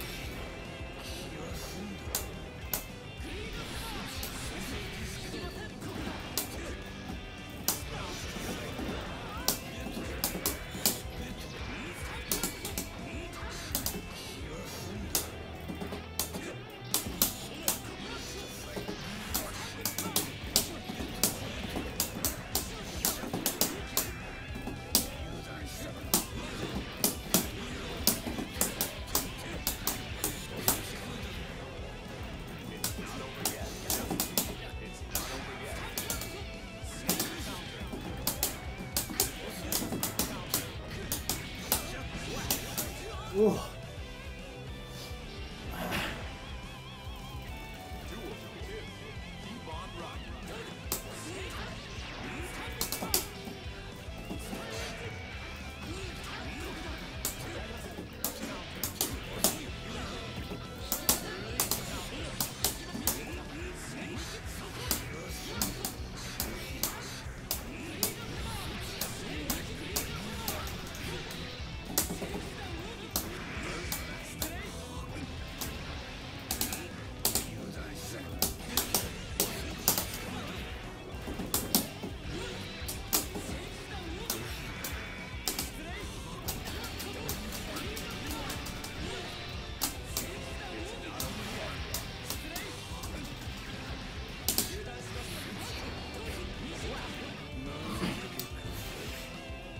Something that's happening in the corner that I can't figure out for some reason.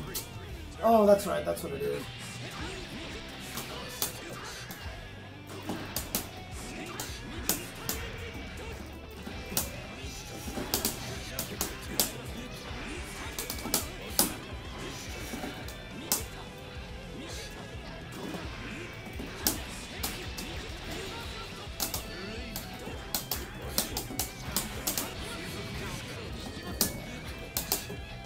God, I hate that thing so much.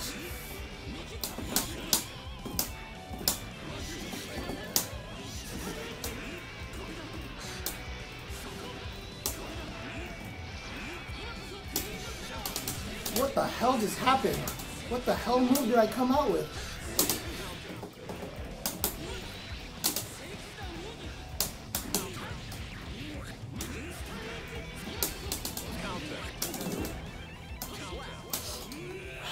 God, why can't I get... I know after I do the stupid Zweihander shit in the corner, I can get a second coin, but I don't know what the pattern for that is. Ugh.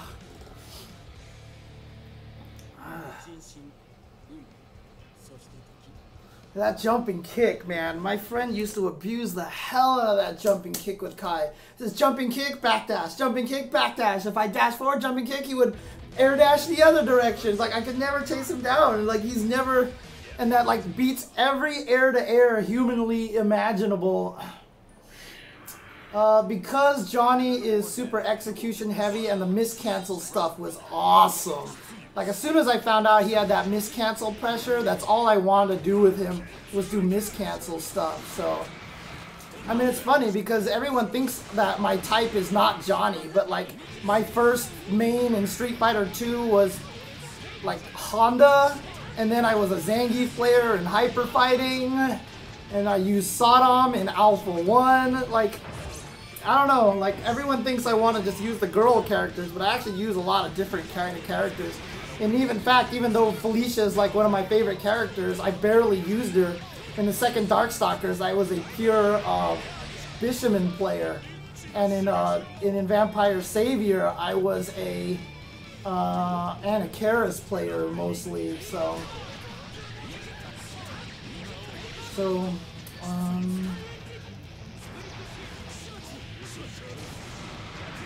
I have a lot of different characters that I like to play.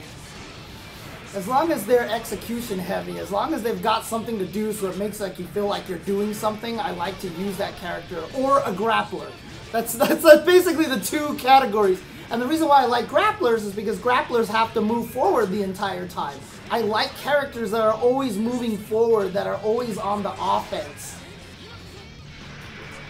You know what? I didn't play Plus R Johnny much, because I just didn't play Plus R all that much. I just felt like it was too late for me to really get into that one.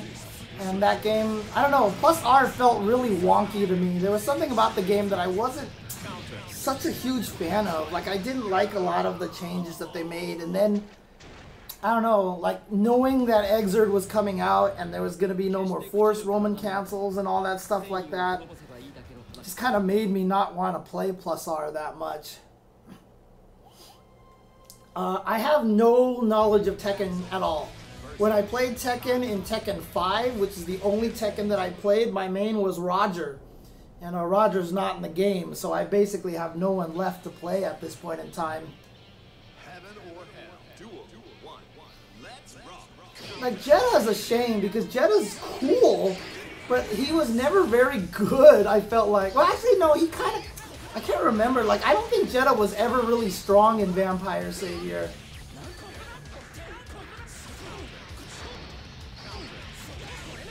I mean, to be honest with you, there is a character that you need to charge forward. That character exists. That character exists in Uniel. She has a Sonic Boom forward and a Sonic Boom backwards. Her Sonic Boom while charging forward is super good. She even has a flash kick move that's charged with up, and then you hit down to do her move. She has an upside down flash kick. Batista, that's what's her name. Yes, Batista. I couldn't remember her name. But yeah, she has all 4 directions of charging. It's really interesting how they designed that character because it's not at all like completely gimmicky or stupid that she has those moves. They're actually very useful in a way. That's what I'm saying, man. Just make a Guilty Gear Cross Vampire Savior and we're done. That's like the way that it all works. Oh, you played, I can never remember her name because I pronounced it wrong every single time, but I know who you're talking about. I wanted to use her, but she didn't feel enough like Johnny to me. Yeah, Yuzuriha, that's what it was. Yeah, see, everyone always types it as Yuzuhira, but her name is actually Yuzuriha, and that's what confused me. I always got those 2 letters mixed up. I'm pretty sure she's Yuzuriha, not Yuzuhira. But I always want to say Hira, but it's Riha.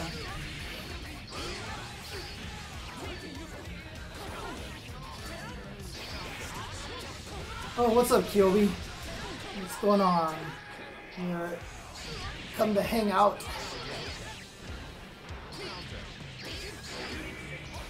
Oh god. Oh god. Oh god. Yeah, what's crazy about the new 6H from Kai, that pressure that he puts on you, I don't recognize the move yet, so when I see it, I'm not sure how it plays, but it works pretty similar to the original 6H, right? He gets the same kind of pressure off of it, so a button afterwards is true pressure, right? So really the hold for Kai, for what Crackpron's doing when he's doing the 6H/6H, between slash and 6H there's the hole, or is it the hole between 6H and the slash?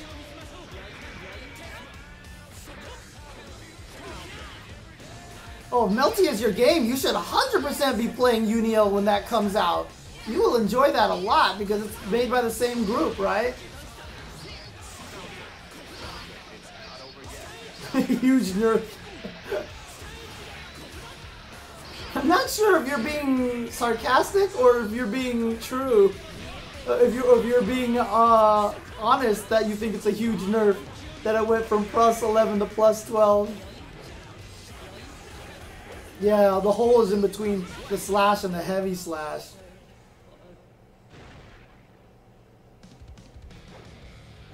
Oh, Spooky doesn't like Uniel, huh? That's interesting.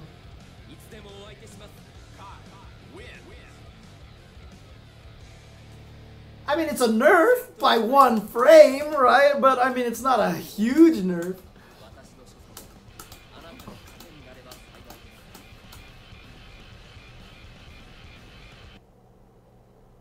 I mean, his original 6H didn't have any range, and if you chained into it, he was even slower. That's 3, right, Crack? That's 3? Or was that not 3? I don't remember.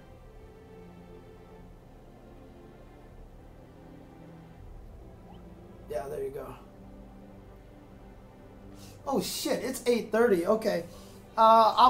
This will probably be it after this. After I finish my matches, I'm probably gonna go ahead and start disbanding the room because I gotta do some editing and stuff, and I gotta go feed my cats and grab dinner and all that stuff like that. So.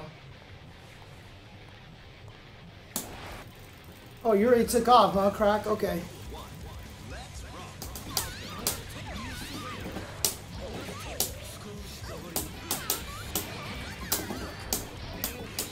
Oh my god, it threw me out of my 5K.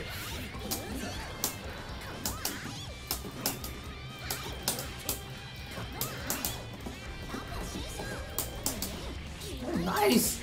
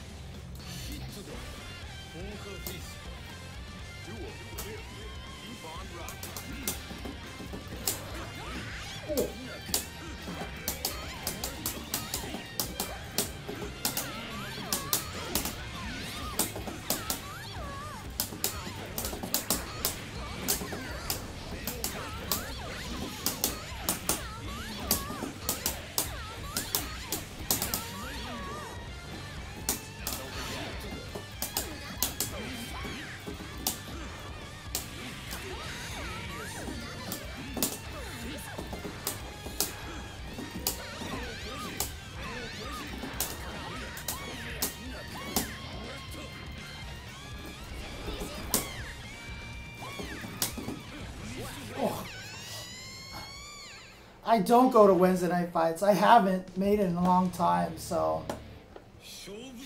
Hey, thanks, Super Kevin Z. I'm super glad that you feel that way. Yeah, that's the nice thing is that there's a lot of good interaction in here. I really like the environment here.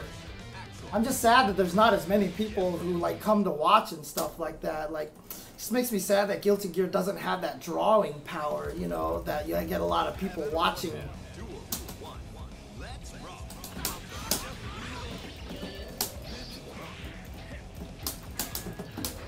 Oh, Trevor Hoffman.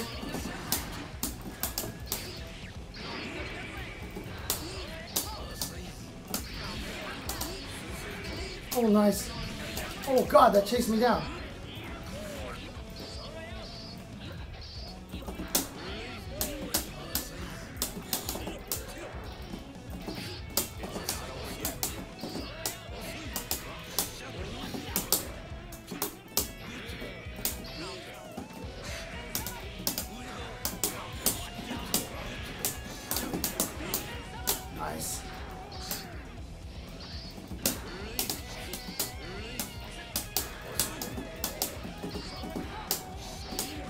I went to the other side.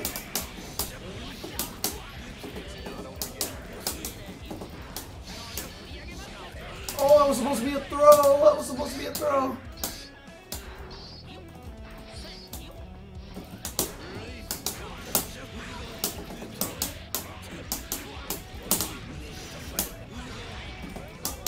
No.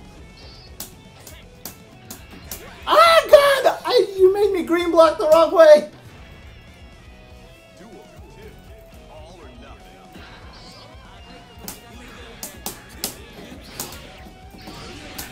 God, I can't get off the floor fast enough.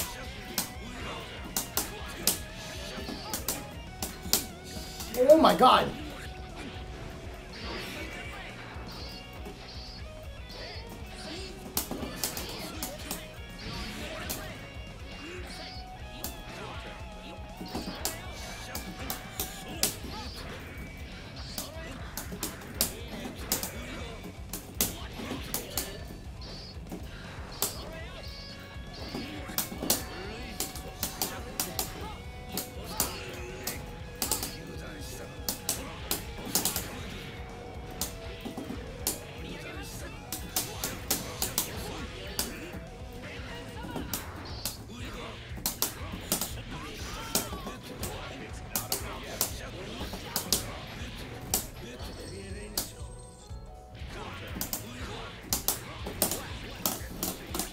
Oh.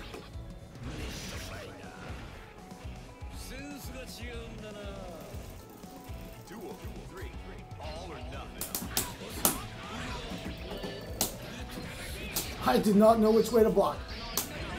Oh, that's right. I forgot about that.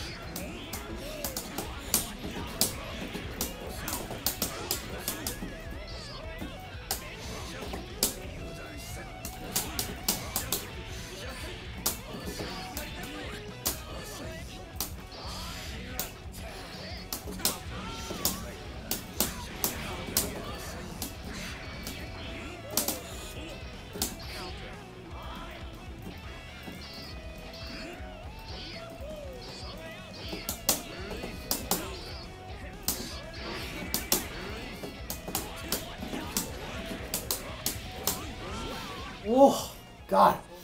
I have to be so patient in that match. I have to be so patient.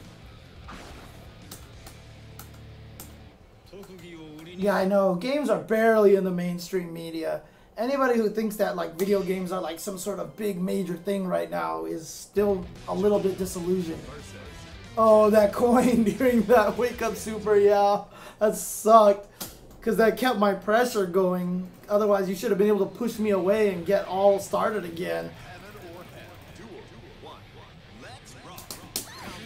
Ow.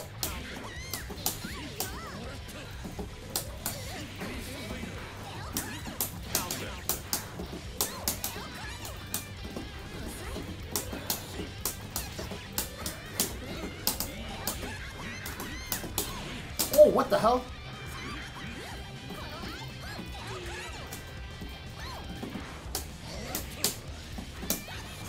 Oh my God, dragon to the face.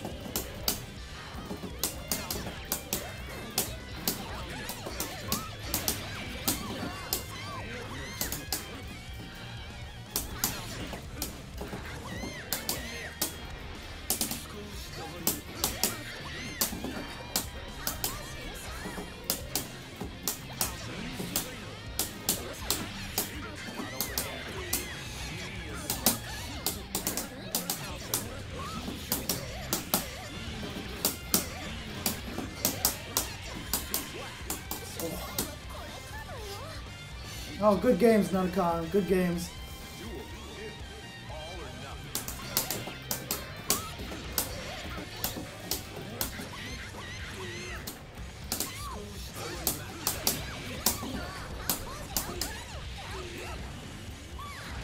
Oh, nice. Nice.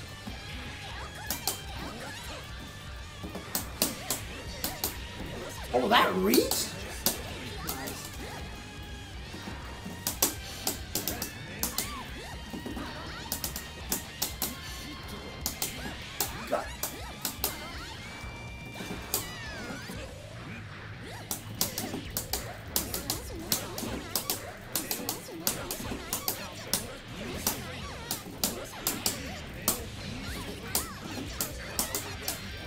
Oh, God. Alright, guys. I think we're going to call it a night then. It's 8:30, so... But good games, everybody. Man. Oh, God, this game is so fun. Why is this game so fun? Oh, like, when I lose, when I win in this game, everything feels like... There's a reason for it, right? It doesn't feel like it just happens and I'm like, oh, whatever, I won. Like, everything about this game just feels good. Yeah, good games, Mikey. Good games. We need to play some more, dude. I need to learn that matchup. What the hell is this mirror here? Oh, they're just lights. But yeah, everything about this game just feels so good. I can't explain it, dude, but it's just so good. It's just so good. Man. So how much won do I have now? Let me see something. Oh, kick the ball into the mirror? Are you serious? That's so cool. Okay, how much money do I have? Yeah, I bought Ultra Street Fighter 2 as well, so, ugh. Alright. I need to find that one bike in color. Where's that bike in color? There it is. There's that blue-yellow one. So I'm just going to buy this set of bike in colors because I just really want that color. I need that UCLA color.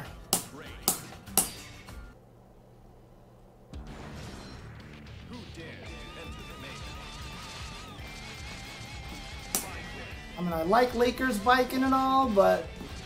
Oh, that's so pretty. Oh, that's so pretty. Oh, yes.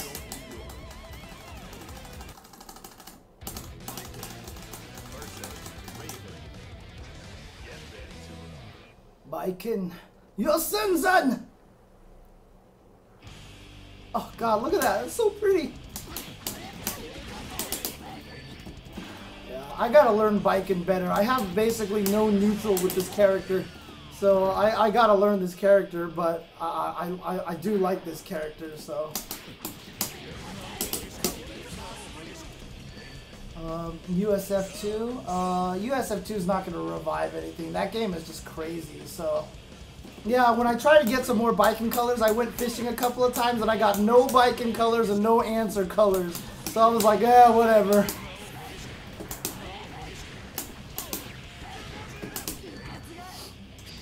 Anyways. USF2 is really dorky. Like, I don't know why they bothered to do it. Like, I actually feel like they made the balance worse in that game. I don't know. It just didn't quite work out really well. So, in any case, I need to do some YouTubing stuff. I need to get the Tuesday show out onto YouTube. So I'm going to take care of that really quick. And then I got to go feed my cats. And then, I don't know, maybe I'll play some Zelda again tonight. Not sure. We'll see how I feel. But, always just keep a follow on my channel at twitch.tv/jchensor. Give me a follow. And again, if you do appreciate these Guilty Gear lobbies that I put up and everything like that, if you have fun with these and you do enjoy these, if you can, no pressure, if you have the funds to support that you can spare to support, a subscription or a donation is always appreciated. Also, if you have Amazon Prime, then it doesn't cost you anything to support, so that's always appreciated as well. So Peter, maybe I will do the Zelda stream. Oh, that's right, ARMS is tomorrow. So yeah, I might actually do that. I might actually do that tomorrow for ARMS, so that'll be really cool. Shout out to Dark Steel Leon. Welcome to hanging out in the Chen Dynasty. Right now, I found you through the search. I haven't recruited you yet. Thank you, Psycho Shift, for following along as well. And again, also, if you guys do know, oh, shout outs to Phantom Lion as well. Look, also another thing too, even if you guys don't have the funds to help follow or anything, word of mouth is always great. Thank you, The Pedal, for 100 cheers as well. So you could always, you know, just let people know how cool these lobbies are, how chill they are, how much fun they're to hang out here and just talk with people and have a good time. And it's cool because when I'm not playing matches, I'm sitting here and interacting with the chat as well. So it all works out really cool and it's always a chill environment. I really enjoy it. So thanks guys for coming in and hanging out. I will... Yeah, Crack Prawn, dude, we need to play some more. We definitely need to play some. But you live so far a freaking way, right? Oh, but you mean online and stuff like that. Okay. Yeah, for sure. But again, thanks guys for hanging out. I gotta do some more work, so I will talk to you guys later. Peace out. Have a great time. I didn't see who just followed me, but thank you for the follow. Much appreciated. I'm in Santa Monica, dude. To get to Westminster from Santa Monica in traffic is an annoying drive, dude. That is a annoying drive. Peace out, Rizwan. Good games, man. Good games. Good games, Crack Prawn. Good games. UD as well. UD, you are getting very, very strong in this game, and it's exciting. It's very, very exciting to see how strong you've gotten in this game. Shout outs to... It was Udslusher who just followed, as well as Anti-Air and Silver Hush Puppy. So shout outs to all you guys for coming and visiting the Chen Dynasty and hanging out over here. So, sorry, Crack. I mean, look, in traffic, it's a far drive, okay? Because I remember trying to drive to Gulfland during traffic from Santa Monica. That shit is not fun, all right? Because the 10 freeway from Santa Monica to the 405 is the biggest piece of piling shit ever when it comes to traffic. That stretch of the freeway with no traffic is 5 minutes. With traffic can be 30 to 40 minutes. That stretch of freeway sucks. So whenever I do go to the Wednesday night fights, I actually leave my house at 9. I leave my house at 9 to go there. And I haven't even been going to Wednesday night fights because it feels kind of far. So, but hey, if you don't think that it's that far, then you can drive up here, right? You can drive up here, so. Anyways, I'll talk to you guys later. Have a good night. Peace out, everybody. And I will say, wait, Super Kevin Z, where are you from? You're not from America, huh? In any case, I'll talk to you all later. Peace out. Bye bye. Bye bye. And have a good night.